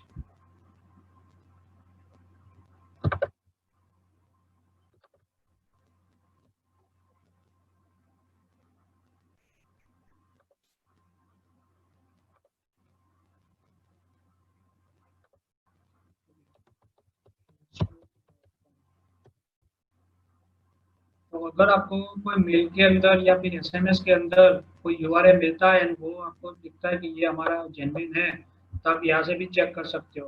तो facebook.com डोमेन जो है हमारा, तो किसके नाम पे रजिस्टर हुआ है, तो यहाँ पे आप देख सकते हो। डोमेन नेम एक्सटेंशन .com है, एस्टिमेट मतलब ये इतना पुराना है। अगर उनको कांटेक्ट करना तो ये कांटेक्ट पे कब क्रिएट हुआ था, 1997 के अंदर, लास्ट अपडेट 10 मार्च को है, कहाँ पे रजिस्टर हुआ है, तो वो सब इंफॉर्मेशन, इसका रजिस्टर का नाम, कंप्लेंट के रिगार्डिंग, उनका contact number. Okay, then after फिर उनका ओनर कौन है, उनका ओनर का एड्रेस क्या है, यूनाइटेड स्टेट्स के अंदर है, ये सब आप इंफॉर्मेशन निकाल सकते हो। ओके, उनका कंट्री कोड वगैरह हो गया। अब हमें क्या करना है, टीसीपी व्यू के अंदर आपको मिलता है वही पर जो हमने अभी इंफॉर्मेशन निकाली, ये वॉइस का वही इंफॉर्मेशन हम यहाँ पे देख रहे हैं, ठीक है। तो जो आईपी आपको सस्पेक्ट मिलता है टीसीपी व्यू के अंदर, तो वो आईपी को लेके आप यहाँ से ऑनलाइन भी देख सकते हो। जैसे कि अगर आपको कोई मेल मिलता है, मैं आपको एक लाइव दिखाना चाहूंगा। मेरे मेरे अकाउंट के अंदर एक अटैक हुआ था, तो अकाउंट के अंदर मुझे ईमेल था, pay this much in bitcoin to beneath address, remove star star from it. ये बिटकॉइन का आईडी है पेमेंट करने के लिए। ये उनका टेक्स्ट फॉर्मेट फिक्स है कि आपने ऐसा ऐसा टास्क किया था, अगर अदरवाइज आपने ये काम नहीं किया, still don't believe me, reply 7। यहाँ पे एक और ट्रिक है, देखो, reply 7 and I will be randomly share your video clips with 7 friend your. Yes, I will get access to your contact list also. Okay, तो अगर मैं मान लो कि 7 रिप्लाई करता हूँ, सिर्फ 7 रिप्लाई करता हूँ, तो दैट मीन्स उनको पता चल जाएगा हाँ ये बंदा डरा हुआ है। ठीक है, अगर मान लो कि डरा हुआ नहीं है, इसने ये बिटकॉइन का आईडी लेके मुझे चांस देता है कि चलो मैं आपके अकाउंट के साथ कुछ भी नहीं करूंगा, तो वो भी हो सकता है। ठीक है, तो at this moment exactly what you want to make, तो उसने बताया है कि ये टास्क फॉलो करो, अदरवाइज मतलब ये $1000 पे कीजिए, अदरवाइज मैं आपका एक्सपोज कर दूंगा। ठीक है, मुझे पता है कि ऐसा कुछ हुआ ही नहीं है। ठीक है, लेकिन ये सिर्फ यूजर को डराने के लिए ऐसा टेक्स्ट लिखते हैं। ओके, चलो ठीक है, मैं मिल जाएगा। तो इसमें से आपको आईपी एड्रेस कैसे निकालना है, तो क्लाइंट आईपी एड्रेस करके होगा। तो ओके, ये मिला मुझे क्लाइंट आईपी एड्रेस, ये दिख रहा है आपको सबको। ओके, अब मुझे ये यूजर को ट्रैक करना है, तो मैं यहाँ से आईपी एड्रेस क्लिक करूंगा, देन आफ्टर मैं वॉइस डेटाबेस में इसको डालता हूँ कि ये आईपी एड्रेस कहाँ का है। तो वॉइस डेटाबेस, तो आप यहाँ पे देख सकते हो, बोल सकते हो कि ये आईपी एड्रेस कौन सी कंट्री या कौन से सिटी का है।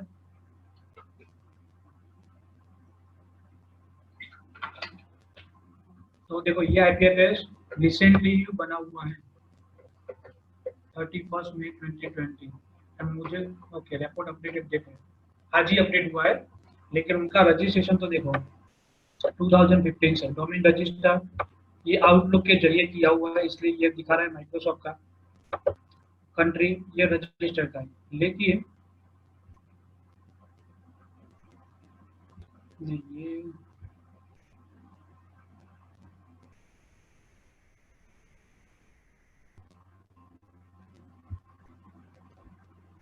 वॉइस डिटेल ये भी मुझे मुझे फिर से चेक करना होगा। चलो यहाँ पे तो उन्होंने आउटलुक का ही दिखाया मुझे, मैं यहाँ पे दूसरे पे ट्राई करता हूँ, voice.domaintools.com।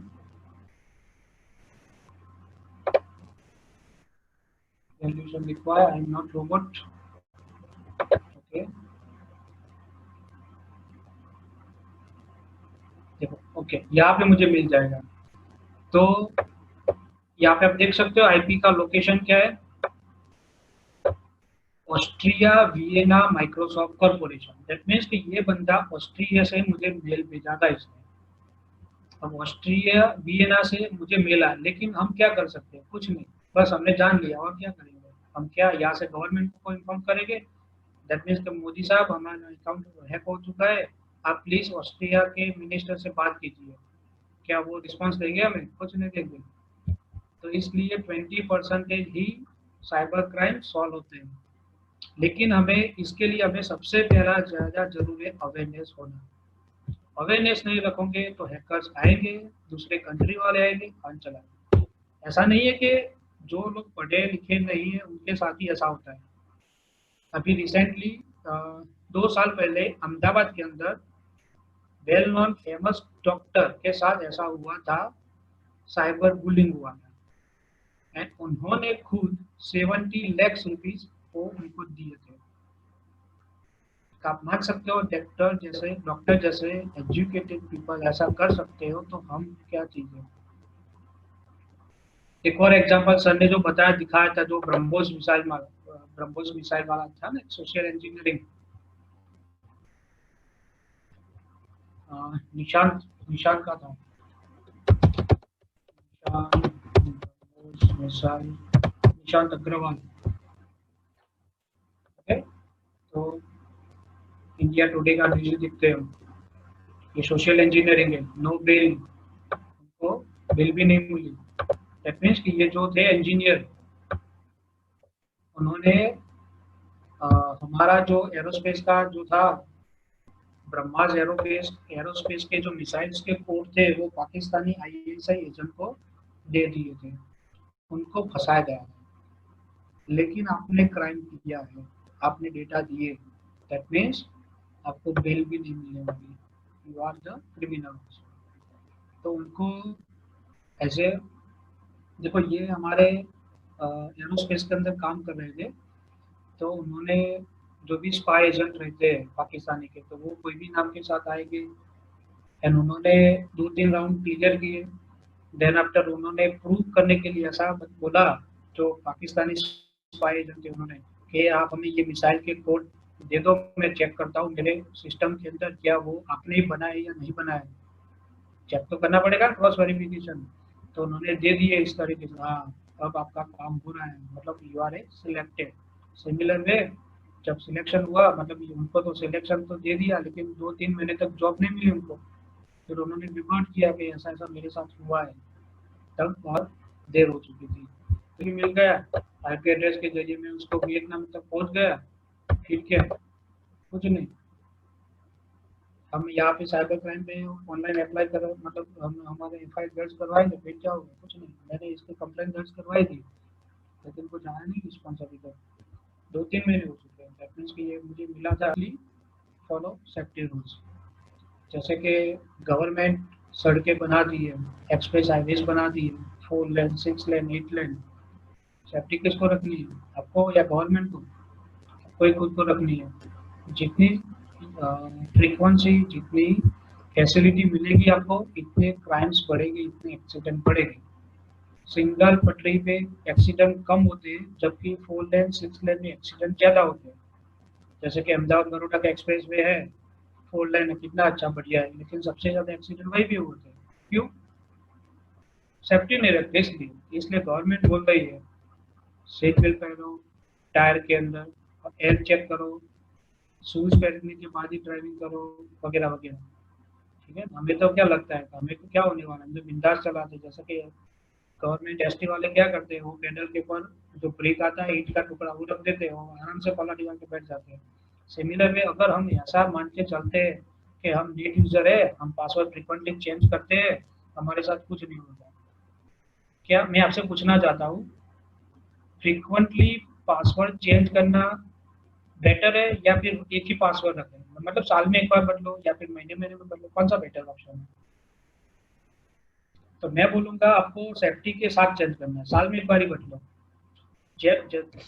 अगर मान लो कि मैंने आज पासवर्ड चेंज किया है, देन आफ्टर मेरे सिस्टम के अंदर मैलिशियस कोड आ गया है, ओके, देन आफ्टर मेरे साथ मैं जो भी पासवर्ड एंटर करने वाला हूँ वो उनके पास चला जाएगा। या फिर मान लो कि मैंने मेरे सिस्टम के अंदर आ गया, एंड जो मेरी फ्रीक्वेंसी है पासवर्ड चेंज करने की हर महीने की, सिस्टम के अंदर है ऑलरेडी एक virus malicious code, then after मैंने पासवर्ड चेंज किया, उनके पास चला गया। की लॉगर, यहाँ पे की लॉगर 2 टाइप के होते हैं, एक हार्डवेयर की लॉगर होता है और एक सॉफ्टवेयर की लॉगर होता है। हार्डवेयर की लॉगर, तो हार्डवेयर की लॉगर क्या होता है कि आपको काफी सारी जगह पे एटीएम के वीडियोस मिलते हैं कि एटीएम का जो टच पैड आता है, कीपैड, वही के उसके ऊपर एक लगा देते हैं, और इसके अंदर एक मेमोरी कार्ड छुपा होता है। तो जो भी आप की प्रेस करोगे उनके ऊपर रिकॉर्ड होगा। या फिर कई जगह पे सीपीयू के अंदर लगाया होता है, जिसको यहाँ पे देख सकते हो। ठीक है, ये सब हार्डवेयर की लॉगर है। तो इसके अंदर एक चिप आती है मेमोरी कार्ड जैसा, तो जो भी आप की स्ट्रोक टाइप करोगे वो सब वहीं पे चला जाएगा। ये यहाँ पे पूछ सकता है, ये सब हार्डवेयर की लॉगर है। सिमिलर है सॉफ्टवेयर की लॉगर, क्या होगा सॉफ्टवेयर की लॉगर, तो सॉफ्टवेयर की लॉगर वो है कि जो भी आप की प्रेस करते हो वो सारी की सारी चीजें रिकॉर्ड होगी। एक है गूगल का फ्री की logger tool, Google Chrome extension का, ये चलो मैं इसको दिखाता हूँ। एक्सटेंशन के अंदर जाओ, यहाँ पे फाइल लीजिए फ्री लॉगर,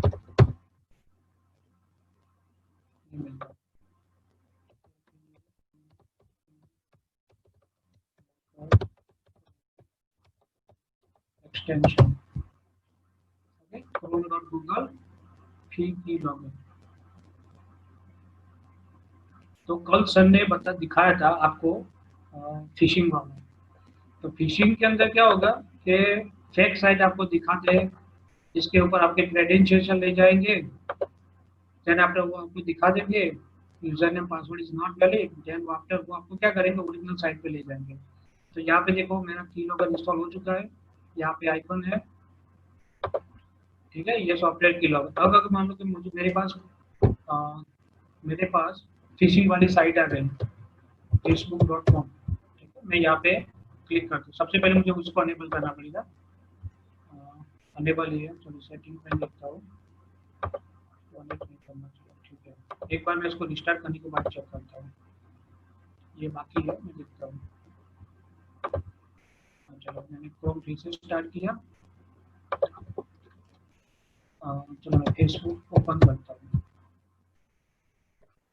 मान लो कि ये फिशिंग साइट है या फिर एक्चुअल साइट है या फिर ओरिजिनल साइट है, चलो ओरिजिनल साइट ही मान लेते हैं।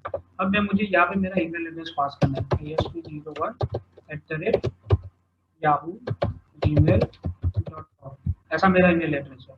एंड मैं यहाँ पे पासवर्ड लिखता हूँ, आई एम नॉट हैकर,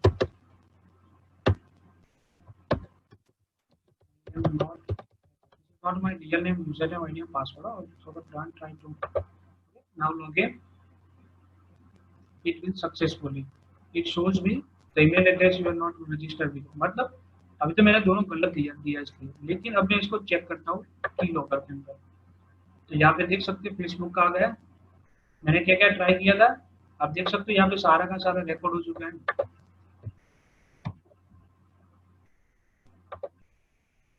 देख सकते हो यहाँ पे I am not hacker. Okay, तो जो भी आप पास करोगे तो ये सब रिकॉर्ड हो जाएगा। नेक्स्ट वाला की लॉकर, सॉफ्टवेयर काइंड ऑफ की लॉकर, सिमिलर वे हार्डवेयर की लॉकर भी आता है। ओके, तो इसको मैं रिमूव करता हूँ, रिमूव फ्रॉम क्रोम। ओके, तो ये अगर कोई यूजर को ऐसा बनाना है तो ओपन फिश करके साइट है, ओपन फिश,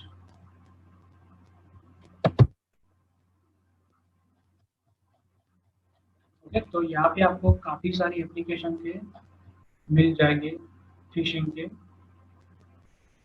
यूआरएल्स। ओके, तो जैसे मुझे गूगल का ट्राई करना है तो मैं यहाँ पे कौन सा मिलेगा मुझे, देखो फेसबुक का ये है,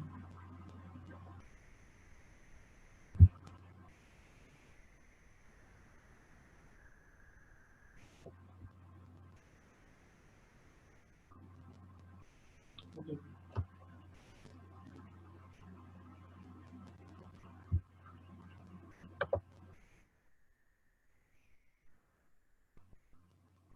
चलो कोई ये कौन लेता है, site is not deferrable.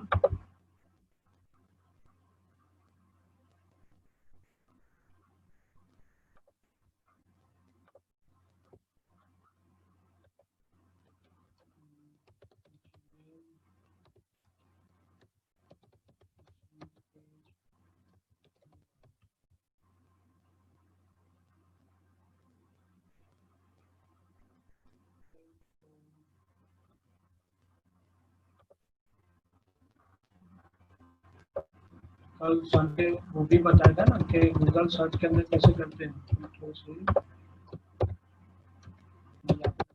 Site open fish, okay, open fish के अंदर मुझे मिलना चाहिए।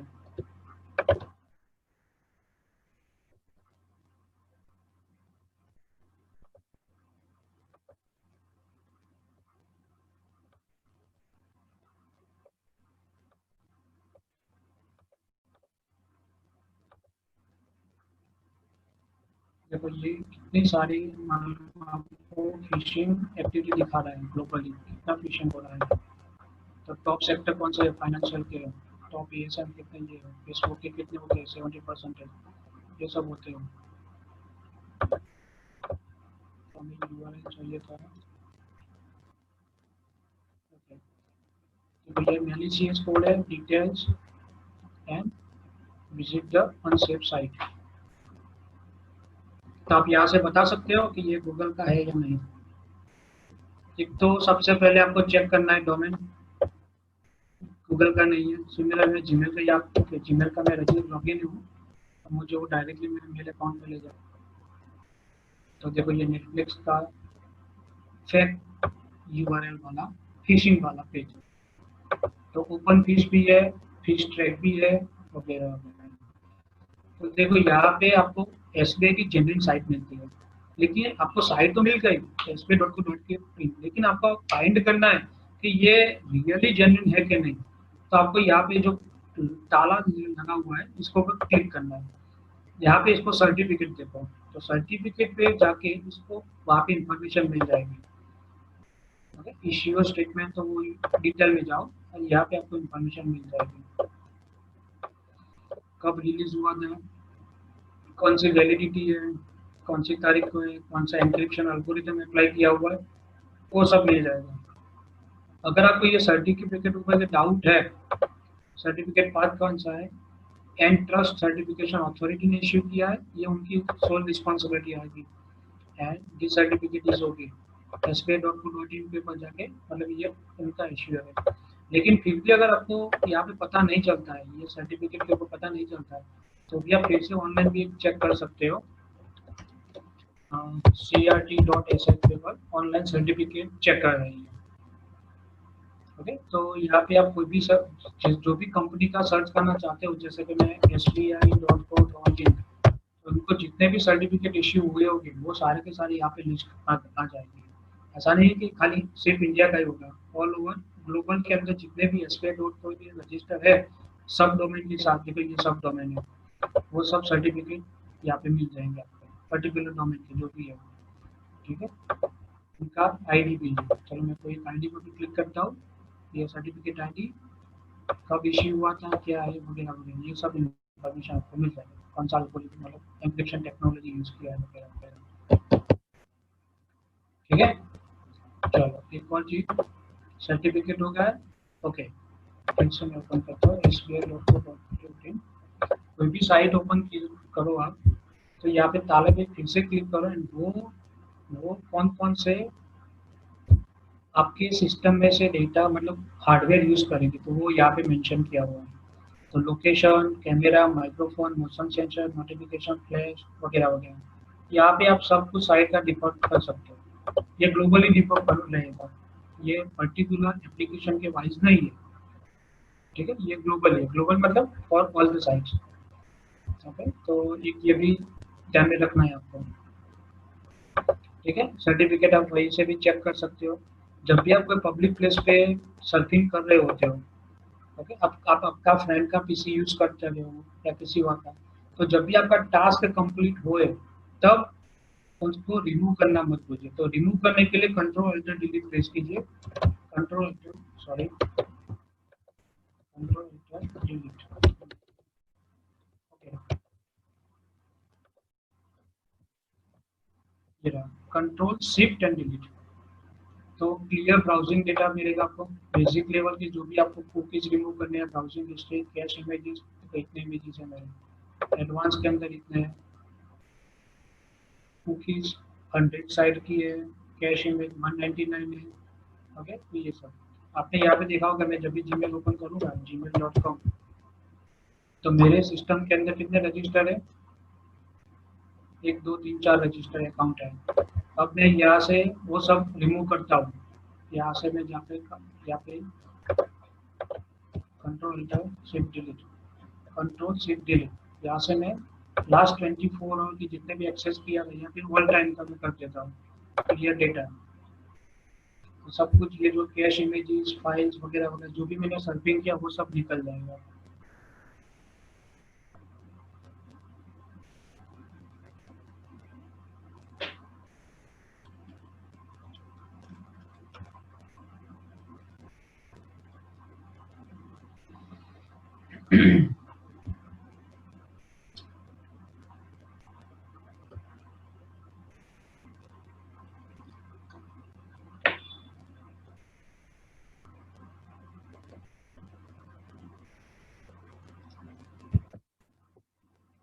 यहाँ पे ज़्यादा डेटा स्टोर किया हुआ है, मतलब प्रिजर्व किया है, तो इसलिए ये थोड़ा टाइम ले रहा है।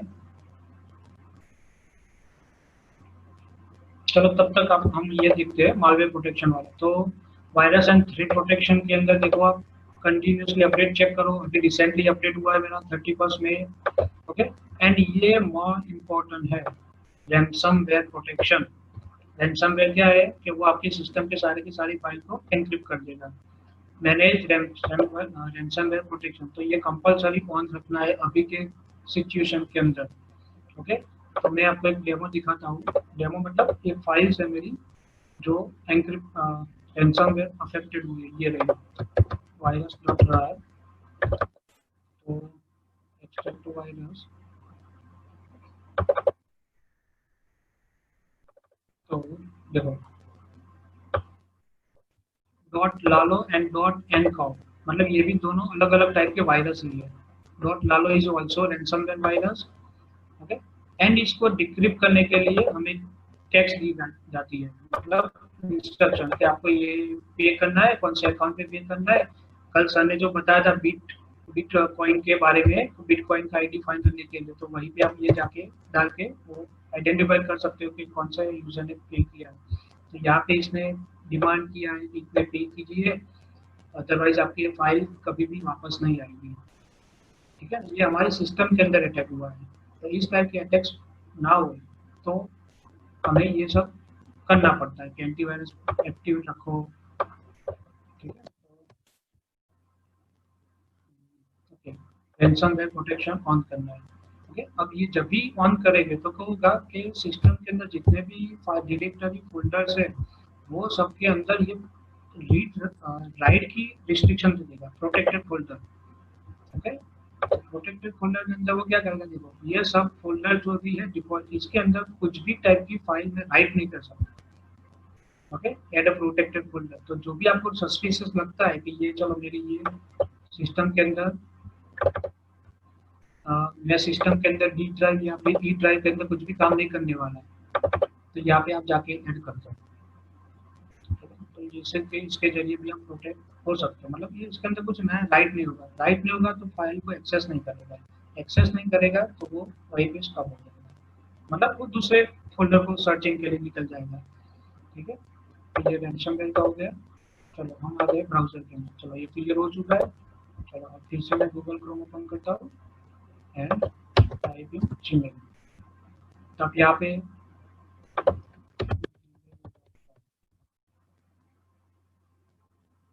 ओके, तो यहाँ पे देखो बाय डिफॉल्ट लोकेशन चला गया है सीधा, मतलब साइन इन पे मुझे क्लिक करना पड़ेगा, अदरवाइज ऑलरेडी जो जितने भी अकाउंट्स रजिस्टर थे वो यहाँ पे मुझे आ गए थे। ठीक है, चलो ये इतना तो सफिशिएंट है बेसिक सेफ्टी पर्पज के लिए आपको। अब एक थोड़ा बहुत आपको अर्निंग्स के बारे में बताता हूँ कि अगर मान लो कि आपको ये फील्ड के अंदर नहीं आना, प्रोटेक्शन नहीं करना, फिर भी घर पे बैठे बैठे इनकम करनी है, तो कैसे करोगे। ओके, तो मैं आपको एक एग्जांपल दिखाता हूँ। सबसे पहले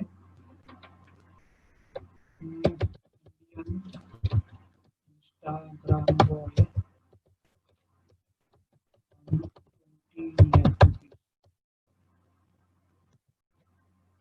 क्या नाम था इसका, तो भैया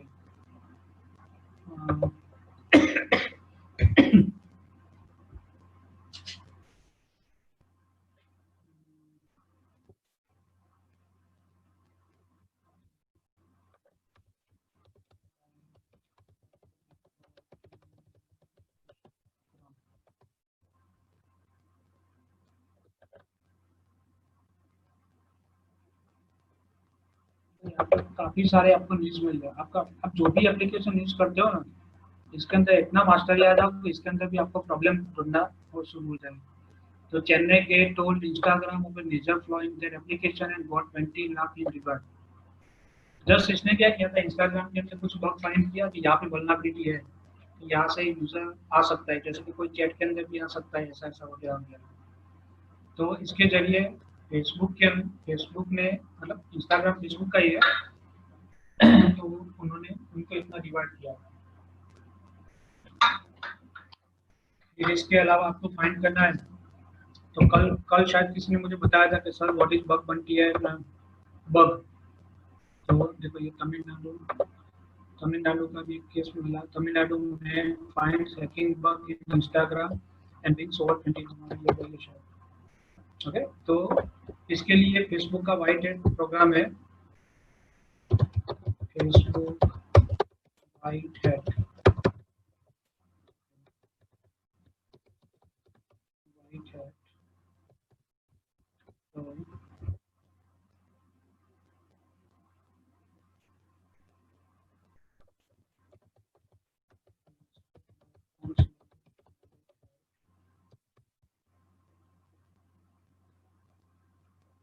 तो देखो फेसबुक का खुद का प्रोग्राम है,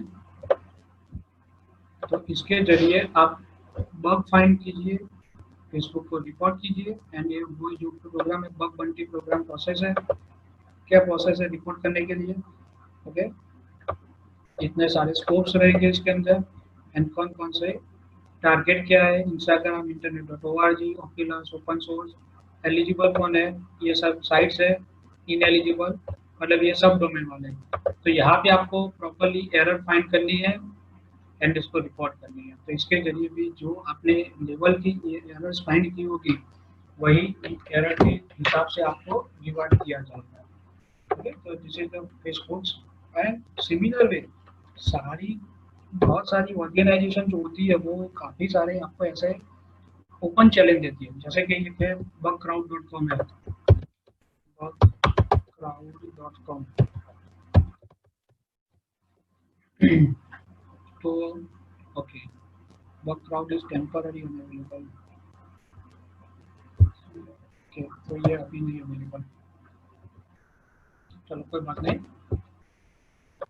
तो ये अभी शायद मेंटेनेंस के अंदर होगा bugcrowd वाला। वैसे ये ऐसा नहीं होता, मतलब ये संडे या फिर उनका मेंटेनेंस का प्रोग्राम चल रहा होगा, तो इसीलिए तो आप वो भी देख लेना bugcrowd वाला। तो एंड जो भी बग बंटी वाला है प्रोग्राम,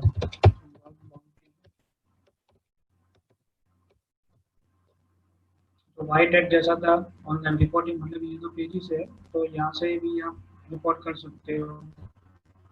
अभी तो नहीं करना मुझे। ओके, सिमिलर वे गूगल का भी काफ़ी सारे प्रोग्राम्स रहते हैं, तो आपको रिवार्ड दिया जाएगा अगर आपने एरर फाइंड किए। अभी मैंने मेरा जीमेल अकाउंट का आपको मेल दिखाया था, तो वो मेल के अंदर मैं आपको बताना चाहता हूँ कि वो जो मेरा पासवर्ड था वो मोर देन 8 कैरेक्टर था, स्पेशल सिंबल था, न्यूमरिक था, मतलब कैरेक्टर भी थे, कैपिटल भी थे, सेकंड लेवल ऑथेंटिकेशन भी दिया था, फिर भी उनके पास पासवर्ड आ गया था। कैसे आया होगा? सब कुछ अवेलेबल, मैंने बोला ना कि जो आप घर के बाहर जाते हो तो आप गेट पे ताला लगाते हो, गेट के बाहर के कॉर्डन मतलब जो वरंडा है वहाँ पे ताला लगा दो, लेकिन वो पीछे के दरवाजे से आ गए, मतलब उनका सर्वर में से उन्होंने डेटा ले लिया। या फिर हो सकता है वहीं से भी किसी और ने किसी का पासवर्ड ले लिया, तो क्या करेंगे? कुछ नहीं कर सकते। ठीक है ना? तो इसके रिगार्डिंग भी अगर आपको पासवर्ड देखना है, एक है host project dot FR.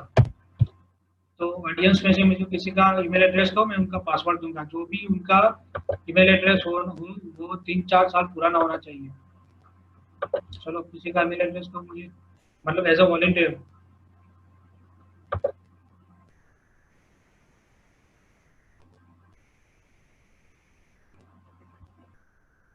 Anybody?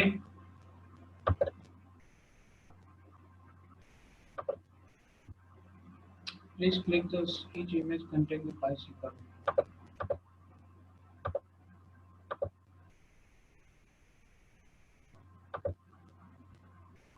Okay, Pratham Barod 30@gmail.com। Okay, हम इसके ऊपर ट्राई करते हैं, Pratham Barod 30@gmail.com। Don't worry, it will not give you the full password. Okay, again इसने क्या पूछा है? Please click each image contain the file seeker।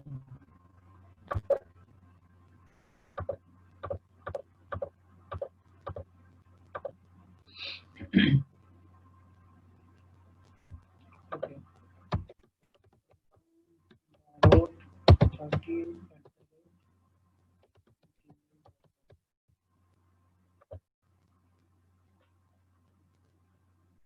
Okay, ये नहीं है, पुराना नहीं है आपको, मतलब पुराना ईमेल एड्रेस चाहिए, काफी सारी साइट्स पे यूज किया हो ऐसा।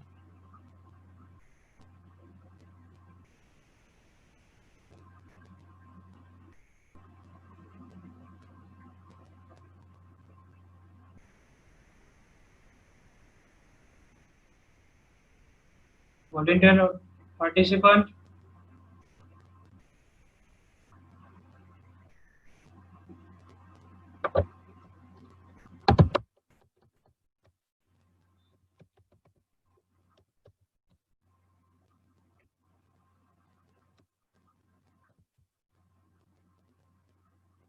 चलो ठीक है, तो आप आपके हिसाब से यहाँ पे देख लेना। तो जो भी आप ईमेल एड्रेस यहाँ पे पास करोगे, उनका आपको 3 से 4 लेटर का मतलब फर्स्ट पासवर्ड दिया जाएगा। देन आफ्टर अगर आपको कंपलसरी चाहिए तो you have to pay, this is not a free account. Okay,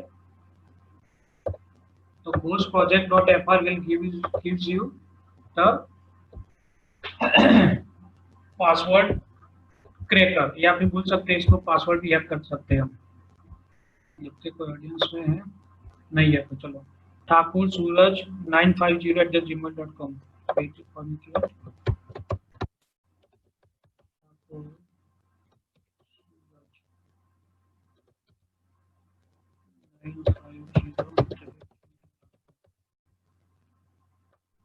सही है मेरा एड्रेस।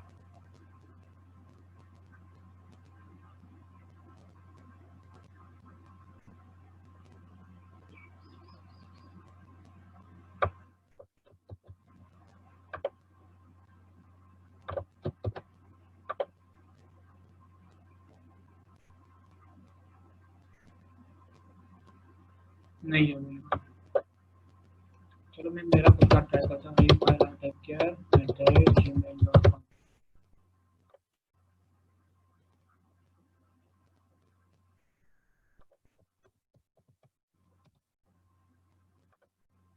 तो देखो ये मेरा पासवर्ड कई जगह पे यूज हुआ हुआ है, ठीक है। तो जो आपने मेल देखा था वहीं पे यहाँ पे प्रीफिक्स था, वहीं पे भी ये प्रीफिक्स है, मतलब जहाँ पे जितने सारे ईमेल एड्रेस काफी सारे जगह पे आपने यूज किए होंगे, तो आपको पॉसिबिलिटी है आपका ईमेल भी हैक होए, ठीक है। चलो मुझे कोई ऑर्गेनाइजेशन पे अटैक करना है, तो सबसे पहले कोई ऑर्गेनाइजेशन का चाहिए मुझे। एक मिनट, तो ओके, कोई ऑर्गेनाइजेशन का चाहिए, तो वो ऑर्गेनाइजेशन का मुझे कॉन्टेक्ट डिटेल चाहिए या फिर पर्टिकुलर ऑर्गेनाइजेशन के बारे में सर्च करना है, तो मैं सर्च करूँगा snow.io। तो इसके अंदर आपको जो ऑर्गेनाइजेशन के रिलेटेड जितने भी contact, phone number, email address है, वो सब आपको मिल जाएंगे। Search engine, this is the search engine for email address and contacts, snow.io। अगर आपको सर्वर का डेटाबेस सर्च करना है तो fofa.so है।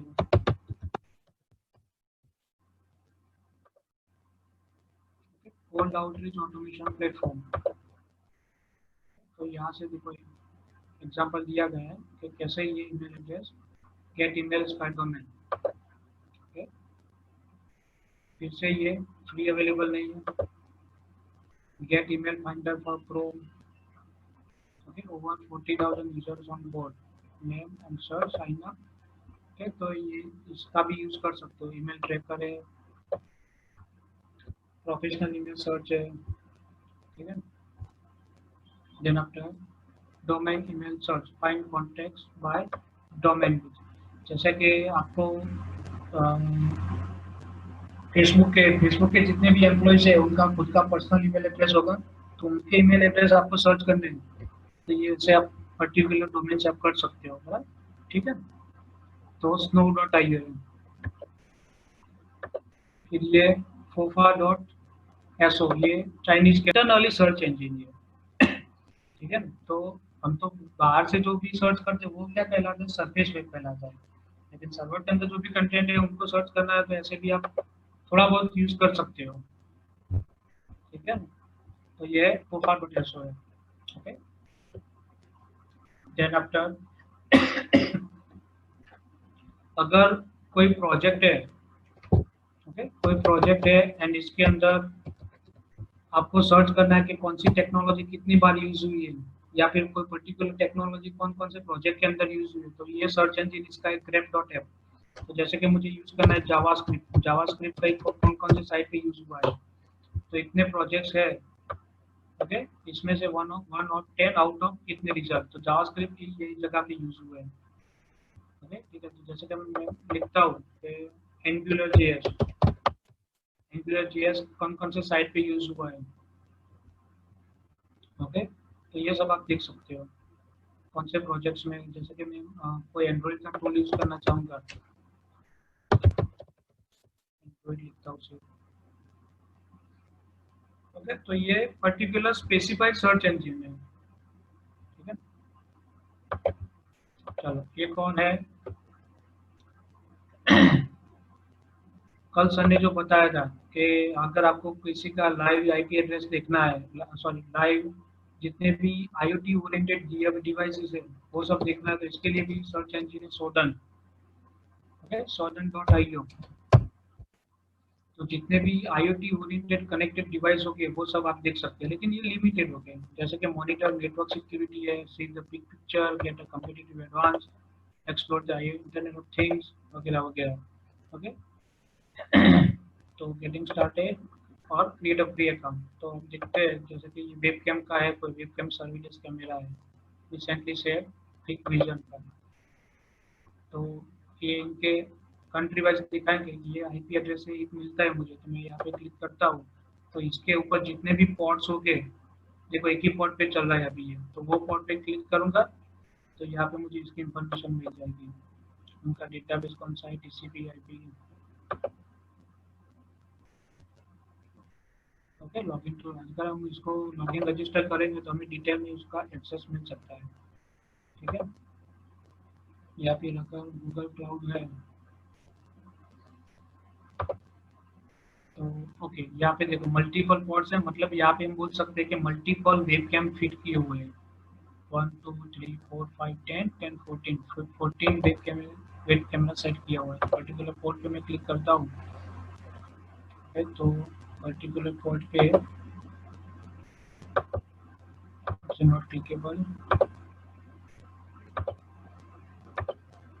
ओके, यहाँ पे मिल गया मुझे पर्टिकुलर पोर्ट, ये पोर्ट नंबर कौन सा है, ये वाला, तो यहाँ पे मैं क्लिक करूंगा तो उनको अगर परमिशन दी होगी, welcome to the Google platform VM demo in the US for online documentation, okay, if you see this page, the Google Cloud Platform VM Demo Center is successfully installed and working, further configuration required, okay। तो that means कि पे करना पड़ेगा, then after you can access whatever they provides you, okay, enterprise access है, pricing है, that means it's a not free available, okay। okay? तो अगर आपको पढ़ना है इसके बारे में, अपडेट रहना है, तो एक बहुत अच्छा बंदा है हैकर्स के दिशा में, ट्रॉय हंटर करके, troyhunt.com, तो वहाँ पे काफ़ी सारे अपकमिंग जो भी होगी वो सब काफ़ी सारे वो प्रोवाइड करता है। इसी ने टेलीग्राम का मतलब एक्सपोज किया था, टेलीग्राम का डेटाबेस का जो डार्क वेब के अंदर मिल रहा होता है, तो ये ब्लॉक है उनका। एंड जो कल साइट दी थी सर ने, आपने have I been found, that means आपका ईमेल एड्रेस कॉम्प्रोमाइज हुआ है, मतलब ओके, कौन कौन सी जगह पे यूज हुआ है वो सब, ओके। तो ये सब न्यूज़ लेटर आप पढ़ सकते हो, इसके के जरिए आपको अपडेट भी रह सकते हो, ये काफ़ी बहुत बढ़िया है, एडवांस लेवल का है, ठीक है। वो न्यूज़ देखना चाहते हो तो data share on dark web Hindu, okay, the newspaper is the Hindu, the true caller data for sale on dark web from dear friends, dear participant, तो हम यहाँ तक रखते हैं। I hope you have gain lot of knowledge, तुमने घना બધા आपको काफ़ी सारे टूल्स के बारे में आपको पता किया, मोबाइल सिक्योरिटी के बारे में, सेफ्टी के बारे में, एंड एक और क्वेश्चन को सॉल्व करना चाहूँगा मैं कि कुछ स्टूडेंट्स की ये कि हैकिंग क्या है, हैकिंग क्या है कि हैकिंग सब जगह पे होता है। ऐसा नहीं कि पर्टिकुलर एक टूल के साथ आप हैकिंग कर दोगे। अगर वो टूल अभी अवेलेबल है तो वो 6 महीने के बाद वहाँ पे वल्नरेबिलिटी मतलब वो डिटेक्ट हो जाएगी एंटीवायरस के बाद, वो टूल काम का नहीं रहेगा।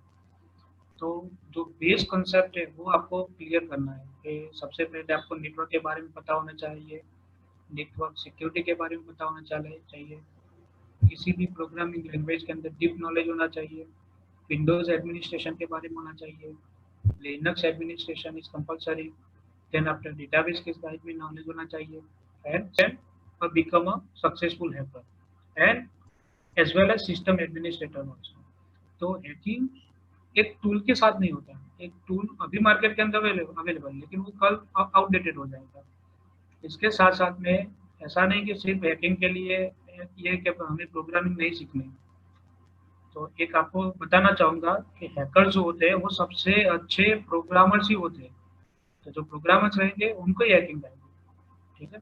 एंड टूल ओरिएंटेड हैकिंग कभी भी आगे तक नहीं जाएगा, ठीक है। तो ये बेसिक नॉलेज है, जो कोर नॉलेज है वो ट्राई कीजिए एंड जो भी इंफॉर्मेशन मिलती है इसके साथ अपडेटेड लीजिए।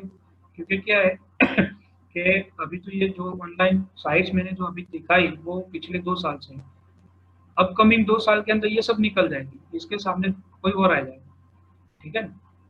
तो आपके हिसाब से अपडेटेड लीजिए, ठीक है। तो हम यहाँ पे सेशन फिनिश कर। एक टूल के साथ नहीं होता। एक टूल अभी मार्केट के अंदर अवेलेबल लेकिन वो कल आउटडेटेड हो जाएगा। इसके साथ साथ में ऐसा नहीं कि सिर्फ हैकिंग के लिए ये कि हमें प्रोग्रामिंग नहीं सीखनी। तो एक आपको बताना चाहूँगा कि हैकर्स जो होते हैं वो सबसे अच्छे प्रोग्रामर्स ही होते हैं। तो जो प्रोग्रामर्स रहेंगे उनको ही हैकिंग आएगी, ठीक है। एंड टूल ओरिएंटेड हैकिंग कभी भी आगे तक नहीं जाएगा, ठीक है। तो ये बेसिक नॉलेज है, जो कोर नॉलेज है वो ट्राई कीजिए एंड जो भी इंफॉर्मेशन मिलती है इसके साथ अपडेटेड लीजिए। क्योंकि क्या है कि अभी तो ये जो ऑनलाइन साइट्स मैंने जो अभी दिखाई वो पिछले 2 साल से, अपकमिंग 2 साल के अंदर ये सब निकल जाएगी, इसके सामने कोई और आ जाएगा, ठीक है। तो आपके हिसाब से अपडेटेड लीजिए, ठीक है। तो हम यहाँ पे सेशन फिनिश करते हैं। एंड तो जो प्रोग्रामर्स रहेंगे उनको ही हैकिंग आएगी, ठीक है।